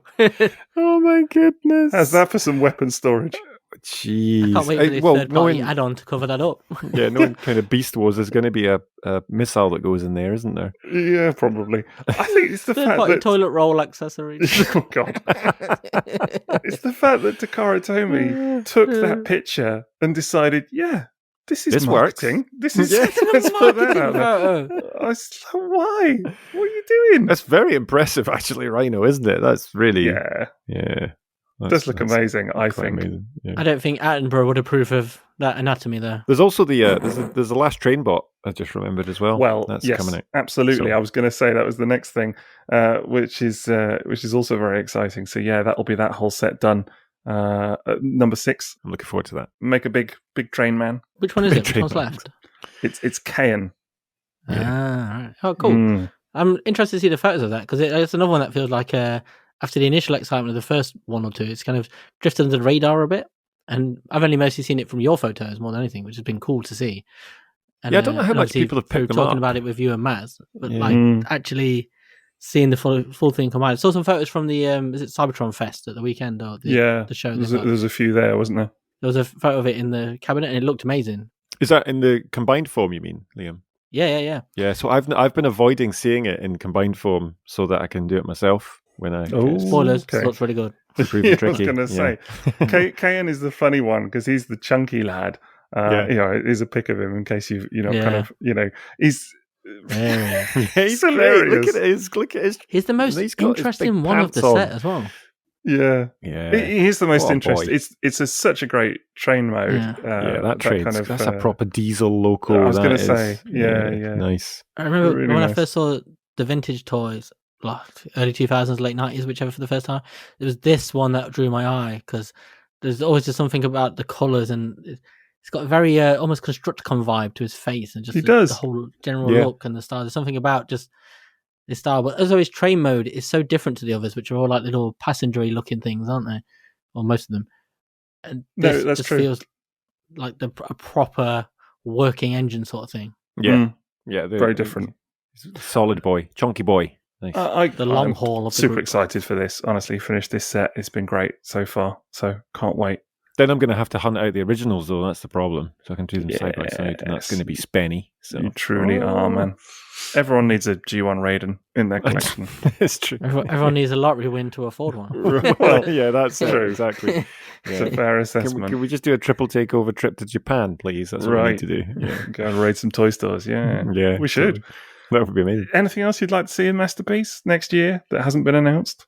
Yeah, I'd really like to see them move into the later era G1, the sort of like your slug slingers and stuff, the colourful stuff that's not real world vehicles, because I think we've had this from Masterpiece now, and I think there's, from my perspective, is almost like an apathy toward it for me, because I look at it and go, it's great, it's really interesting, but it's just losing that wow factor, because I think we've seen so much of it, and we're seeing so much of it redone at a smaller scale. It's like when you're seeing the same things over and over again, you're like, oh, I really need them to do something new. Like the trains, them doing that is a breath of fresh air. I'm not a train guy, but even as I'm like, oh, that's do something different like that. Like, and I would love to see them tackle something more colourful, and again show why Masterpiece can be so inventive and new and different, rather than being just here's a cartoon guy, here's another cartoony guy. Because we've never had Insecticons from a Masterpiece line. No, that would be fun. But I mean, even then, but that's what I mean. I think this is also a part of the problem with Masterpieces. We've seen so many of them in third-party form. I think for me, it spoiled it a little bit. And I like third party stuff, so it's not throwing shade, but it's like I feel like I've seen masterpiece versions of No, I know what you mean. every character to some extent. Yeah. Do you want something new? Yeah, give me something weird. Move to a different generation again. Do something crazy. I do know what you mean. I must admit, when Masterpiece Trailbreaker came out, that was kind of like, it's good. It's a nice toy. Don't get me wrong, but it's a character that I feel like I've seen done quite a few times over, and pretty good in some cases. So it was kind of it did lose a little bit of that sheen. But yeah, I'm with you, Liam. I would love to see them do some different stuff and kind of move into other areas. I think it's about time. Maybe they'll do more combiners as well. Maybe they'll do. Love to see them do like a Defensor or a Superion or something like that. Do a Road Caesar. Do something that's like that feels special. That feels like Takara, because that's what Masterpiece used to feel like. It was like giving you something that only Takara could give you. Whereas now, between them and Hasbro, they're already serving us so much other stuff that fits this kind of, that satisfies you in this kind of sense. So it's like, do just something where you go, that is Japanese Transformers. It's fine. It's something, like that's Masterpiece. That's what that is. It's supposed to be something you can't do anywhere else. And I think it does, like the third party thing, I think it suffers now, because every time, like you say, with Trailbreak, it comes out and you're like, I've seen it. So you automatically you compare it rather than look at it and be like, whoa, I haven't seen that like this before. That's so really fair assessment. Yeah. Do something crazy, later eras, maybe RID or something, I think that's why I've been enjoying the Beast Wars stuff so much. I know that there's Kingdom Beast Wars and Legacy Beast Wars and whatever. I know that exists, but the Masterpiece Beast Wars stuff is so cartoon accurate in a way that really works, though. It's like good cartoon accurate, and it really gives that mainframe animation vibe.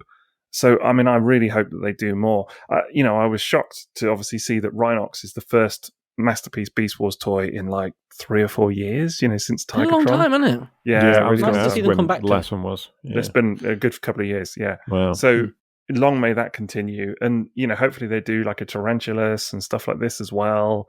Waspinator, maybe Rat Trap. There's tons there that they could do as well. So that's Masterpiece then. One thing I wanted to talk about was Roboson as well, because they have obviously released the Grimlock this year, which out of all of them is the one that really caught my eye. Both just the scale of it was more than anything else. But this is a bit of a random one, but the stand that they're releasing next year. The AI stand. The AI stand, which is such a cool bit of tech. And I'm a bit of a geek about it, but it's got Alexa controls going on. It's got AI built in. The actual base of it has additional functionality that's going to do stuff to Prime, and it's got a flight stand ultimately with there as well. It just looked like a lot of fun out of a stand. How random is that? Supposedly it's going to have some. It's going to allow for new functionality for some of the existing bots, isn't it? I think. That's a very good move by Roboson, I think, as well, to get people to buy that, and then you can slot your figure onto it, and it can give you that kind of extra moves. It's nice. For sure. Yeah, that'll be interesting to see. And obviously, they teased a couple of things at TF Nation of what they've got coming up and that as well. But I think there's lots that people would like to see from them. I think it's I don't know what the next figure is going to be, but I think the follow up from Grimlock is going to be quite exciting, whatever it is. Yeah. Could be. It's going to be. It'll be interesting to see what they do as well. But I don't know. I'll see how 2024 has started for me, and whether or not I can go for a Grimlock, because that's a very nice figure. Yeah. Do a drone Starscream. That's what I hope they do. Yeah, with a cloak. That'd be something. That would be something, wouldn't it? That'd be amazing. Yeah. Wow. If it can't crumble into a pile of ash, I'm not interested. And then rebuild itself. Exactly. And fly into the room, land, and then transform. Oh, that's it. And then turn into a ghost. A ghost. Go through walls. That's what I demand. Well, it would just turn into AI, wouldn't it? So it just control all over your devices. You get a Robo-San Octane, and it could be taken over by Starscream's AI ghost. There you go. AI ghost. Yeah, I think that'll be exciting to see. It'll be the true ghost in the machine. Very good. Nice. Very good. Good. There we go. Like it. Yeah. But even when you think about Roboson though, and what we were talking earlier about all the different parts of the Transformers brand at the moment, and when did Roboson start? It feels like a couple of years they've been around now. Not long. I mean, they've only been They've only been in the UK 1 year, if you can believe that. And they've had a real impact, in what they're doing as well. And it is a whole other part to the brand, which... Well, I think that's it, yeah. Which is nice. And it pushes it into... This is what we said when we talked in our Robosen episode, is that it pushes it into a whole different territory of, not collector, actually, but of periphery of Transformers fan, in a way. People that wouldn't have been fans of this necessarily before, but they're going to go in on a Robosen Optimus Prime or Grimlock or whatever. So it just, a bit like Skybound does as well. All of these things push the boundaries that bit, don't they? And kind of get someone that is kind of on their slightly outer limits of Transformer fandom. It brings them in a little bit. Yeah, I would say so. Yeah. And the only other one for me was 3-0, and just literally whatever they might come up with. And it's a topic for another time ultimately, but there's some amazing stuff coming from them. I mean, they've got some more Rise of the Beast stuff on the way. That Mirage just looks perfection. Yeah, stunning. Yeah, really nice. Yeah, so really good. Nice. I'm torn on that one because I like the yellow park kits as well. I think they're doing one as well, and that looks really nice. And then I saw the 3-0 one. I was like, oh, that also looks great. But they've got that side swipe that I love. That. Oh wow, yeah, that's coming. Yeah, the MDLX one, yeah. I should have just ordered the Rodimus as well recently, so hopefully. The thing I would say about the 3-0 stuff is that as a photographer, it's the most fun stuff to take pictures of. I can Honestly, imagine. it's so hyper detailed, particularly the larger stuff. I would say I do like the MDLX stuff as well a lot, but the larger stuff is just the finish and everything is so spectacular that it's impossible not to have fun taking pictures of it. Honestly, it's just so nice. So, I mean, literally anything they've got coming, Optimus Primal, Mirage, RCs should be on the way soon. All of this stuff, sign me up for it. Incredible. Are they doing Optimus Primal? Yeah. Oh, I missed that. Yeah, it looks amazing. I'd missed the RC as well. Yeah, RC's out, I think. Like, a lot of people have it already. Is it Rise of the Beast one? Oh, yeah, sorry. No, Bumblebee movie RC. Oh, it's the Bumblebee. Yeah, because John, our friend, Boastful Manfish. Manfish. Yeah. Boastful Manfish. Yeah. I don't know what we call him on social media. Yeah, he's got many names. It's a manfish of many faces. There's a legend anyway, but he's got that, and he also had he had another one of them, and I was like, really want the comic book Megatron. Oh I would really like to. Yeah, that's nice. Has he got that already? Yeah. Git. Take it all back. I know.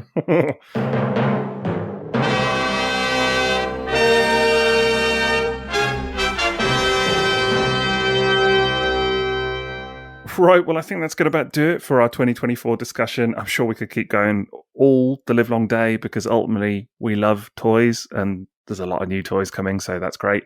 But it promises to be a very exciting year, I think it's fair to say. 40th anniversary, as we said, and lots happening, so I just can't wait. And again, it is kind of weird to think that of all the stuff we've sort of name-checked tonight and said, there's this and this and this, it's all happening within the first month or two of the year, really, isn't it? We don't know anything from beyond that. Well, this is what makes it so exciting, is, like we say, we've talked about all of this stuff, but it's just a fraction of what's probably ahead, because we have no idea. And that's the most exciting part, is that we don't know what's coming. The unknown.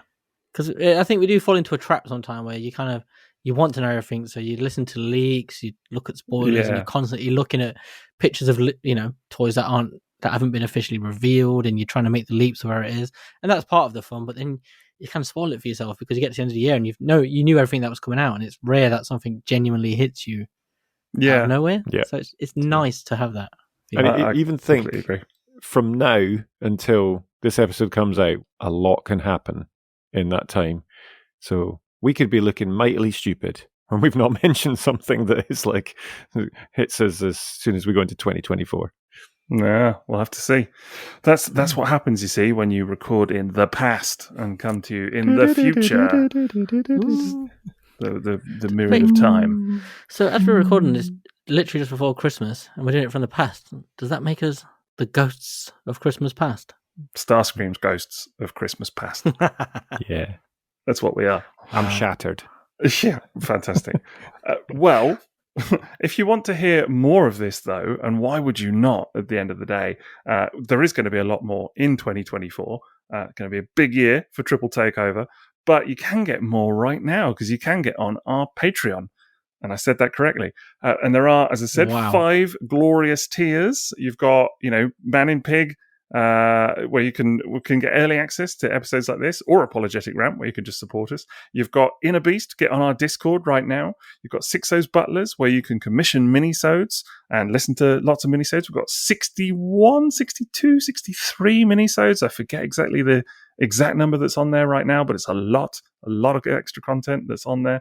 And you've got Goldbox Classics, where you can get your mini series as well, so you get weekly exclusive content and a free gift, dare I say. So that's always exciting.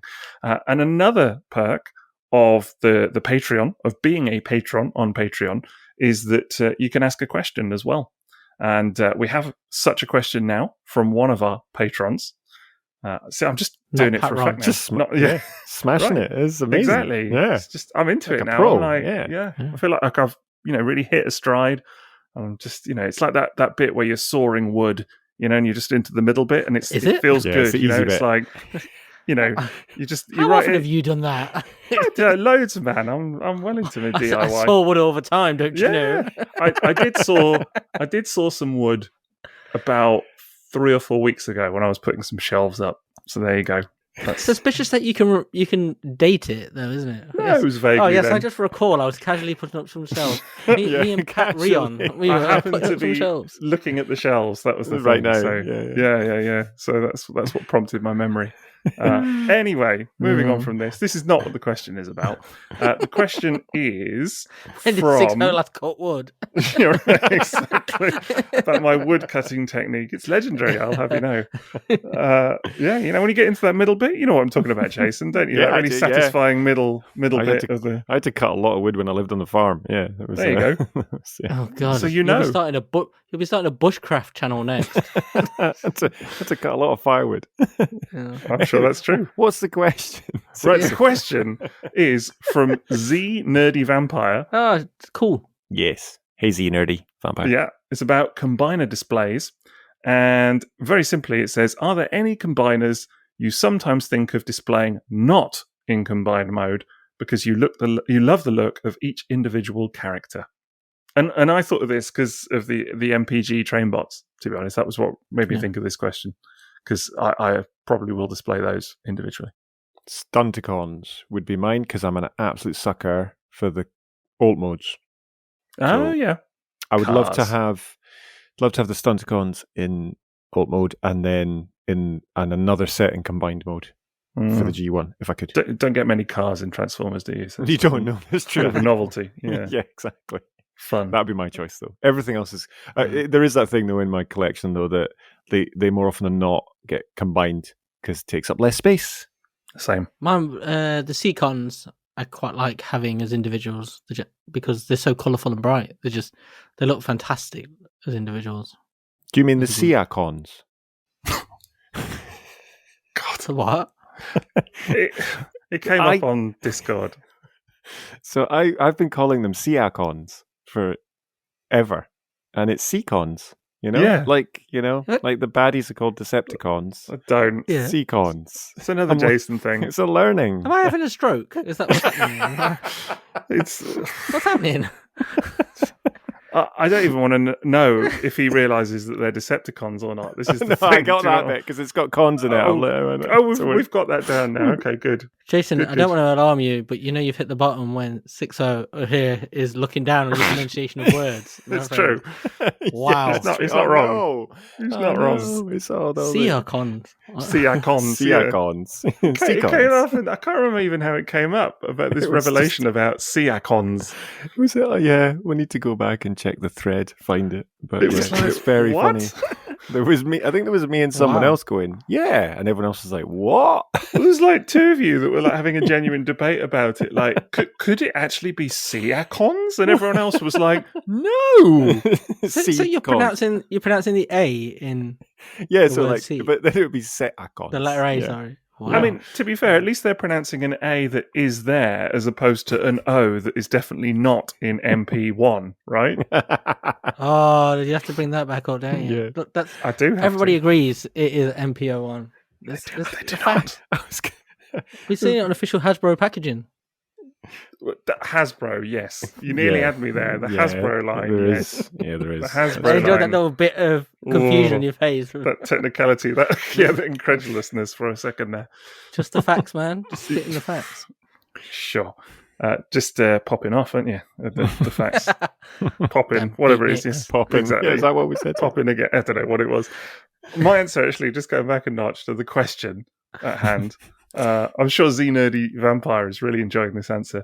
I was going to say Predacons, actually. I thought are really nice. G1 Predacons, which Liam has just acquired a set of. I have. I haven't need to take them out the box. I haven't had a chance to actually take them out the box yet. Dude. No, you need to take time, enjoy it. Yeah. Do a mini-sode on them when you're done, because such amazing toys. But those toys, for me, I never have had them displayed individually, but I always like the idea of it just because they're so meaty as individuals. So I think that would definitely be a thing that I would do.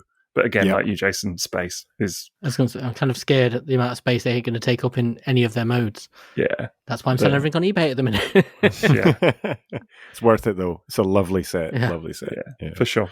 So that's the question. So thank you very much for that, Z Nerdy Vampire. And another perk of the patron, of course, is that we typically do a big shout out. And I've got to tell you, folks, I'm going to level with you here. We don't know how we're going to top the last one that we did, because we had Mr. Gary Chalk on, obviously, last time. Where'd you go from there? Yeah. Right? We literally peaked with Gary doing that, I think. This is it. It just feels like you could get me or Liam or Jason doing it, and it's like going to be a bit of a come down, let's be honest, from there. It's going to fall a bit flat. So listen, what we're going to do, we are going to rethink the shout out a little bit, and we're going to have a chat with some of our wonderful patrons about the best way to move forward on that. And we're going to come back with a renewed plan, renewed energy on the whole thing in 2024. So that's what you can expect from us. But that is currently another perk of our Patreon and what have you, amongst many perks that we offer on our wonderful Patreon. Yeah, and there are so many lovely patrons. And I got a lovely message from somebody who wasn't a patron through our Instagram there. So it was just a really nice message about Christmas and stuff. Penny from Penzance, lovely in the south of Cornwall there. Oh, that's where the pirates are from there, I believe. But she just wanted to say Happy Christmas and Happy New Year, guys. Loved the show. And she's been on buying a bunch of presents for her friends and family from our Redbubble store, which you can find at rebel.com/people/Triple Takeover/explore. And yeah, there's those mugs. She said bought a load of mugs for a bunch of mugs. And yeah, I think you should go and buy those too. You ever been to Penzance? I have, when I was a child. Yeah. Didn't see any pirates. No, I didn't. I remember distinctly going on an A-level art trip there when I was about 16 to St Ives, actually, but we stayed in Penzance, I think. Yeah. And that's where our trip was to, was St Ives. Yeah. And I remember 16 going to an off license with a mate of mine and buying booze and then sitting in our hotel room and consuming it. Did you ask you Friday and you just said, it's all right, I cut wood, mate. Right, exactly. Wood. I just showed him my wood cutting technique right there and then. He must be a man if he can do that. That was it. Yeah, that's it, done. Just carry your saw everywhere. Yeah. But we bought a bottle of Archers, of all the things to buy. We sat and drank neat Archers. Oh my goodness. I remember it quite distinctly. Pins. Yeah, I know, exactly. Neat Archers we sat and drank. Yeah. And I remember the hotel window, the two windows, one wouldn't close properly, and it was like opposite we were quite high up, but it was like opposite the back courtyard where all the Extractor fans were and everything, and there was like pigeons sitting on the window ledge and all the feathers were flying in through the window. It was so random, the whole thing. This is really ingrained in my memory as 16 years old. I remember I went in the summer of 1996, and I remember because it was just after Euro 96, and I was wearing this bright yellow and green England goalkeeper top everywhere. So I must have just been walking around looking like a puddle of sick, because it's that kind of horrible bright colour. And nice. I bought a very nice cheese onion pasty from there. It was nice. Oh, nice. On our way to St Ives. Didn't meet a man with 7 wives, though. I was going to ask. if you both did. Yeah, I didn't either. No, I need to go there. That's my 2024 plan. I'll ride my motorbike down there. Lovely place. Yeah. I went last year or the year before again to St Ives. It was so busy. It was just nice. A nice place though. if you do go, Jason, have a pasty and a sip of neat arches in our... I will, in memory. Our You can memory. recreate. Yeah, I will. Yeah, recreate the And experience. I'll throw some pigeon feathers at myself. Exactly. The authentic experience. So Exactly. Yeah.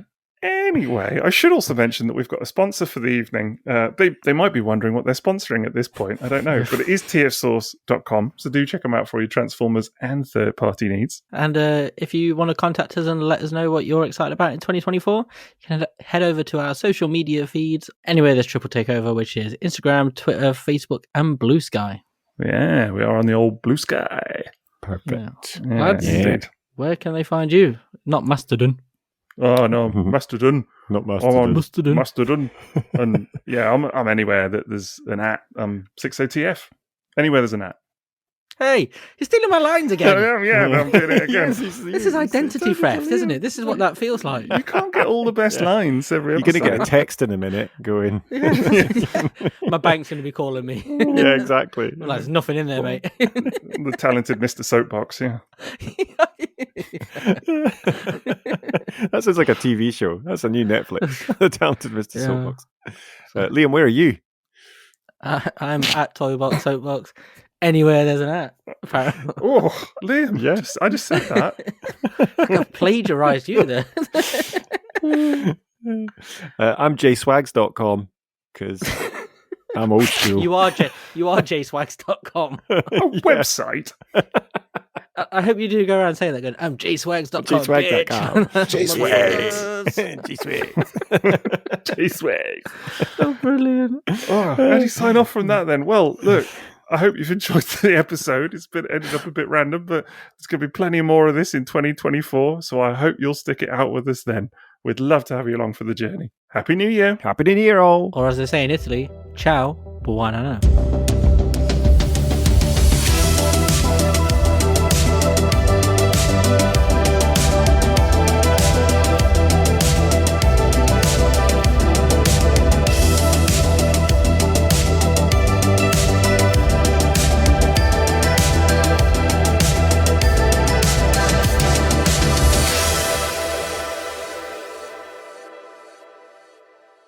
Hello there.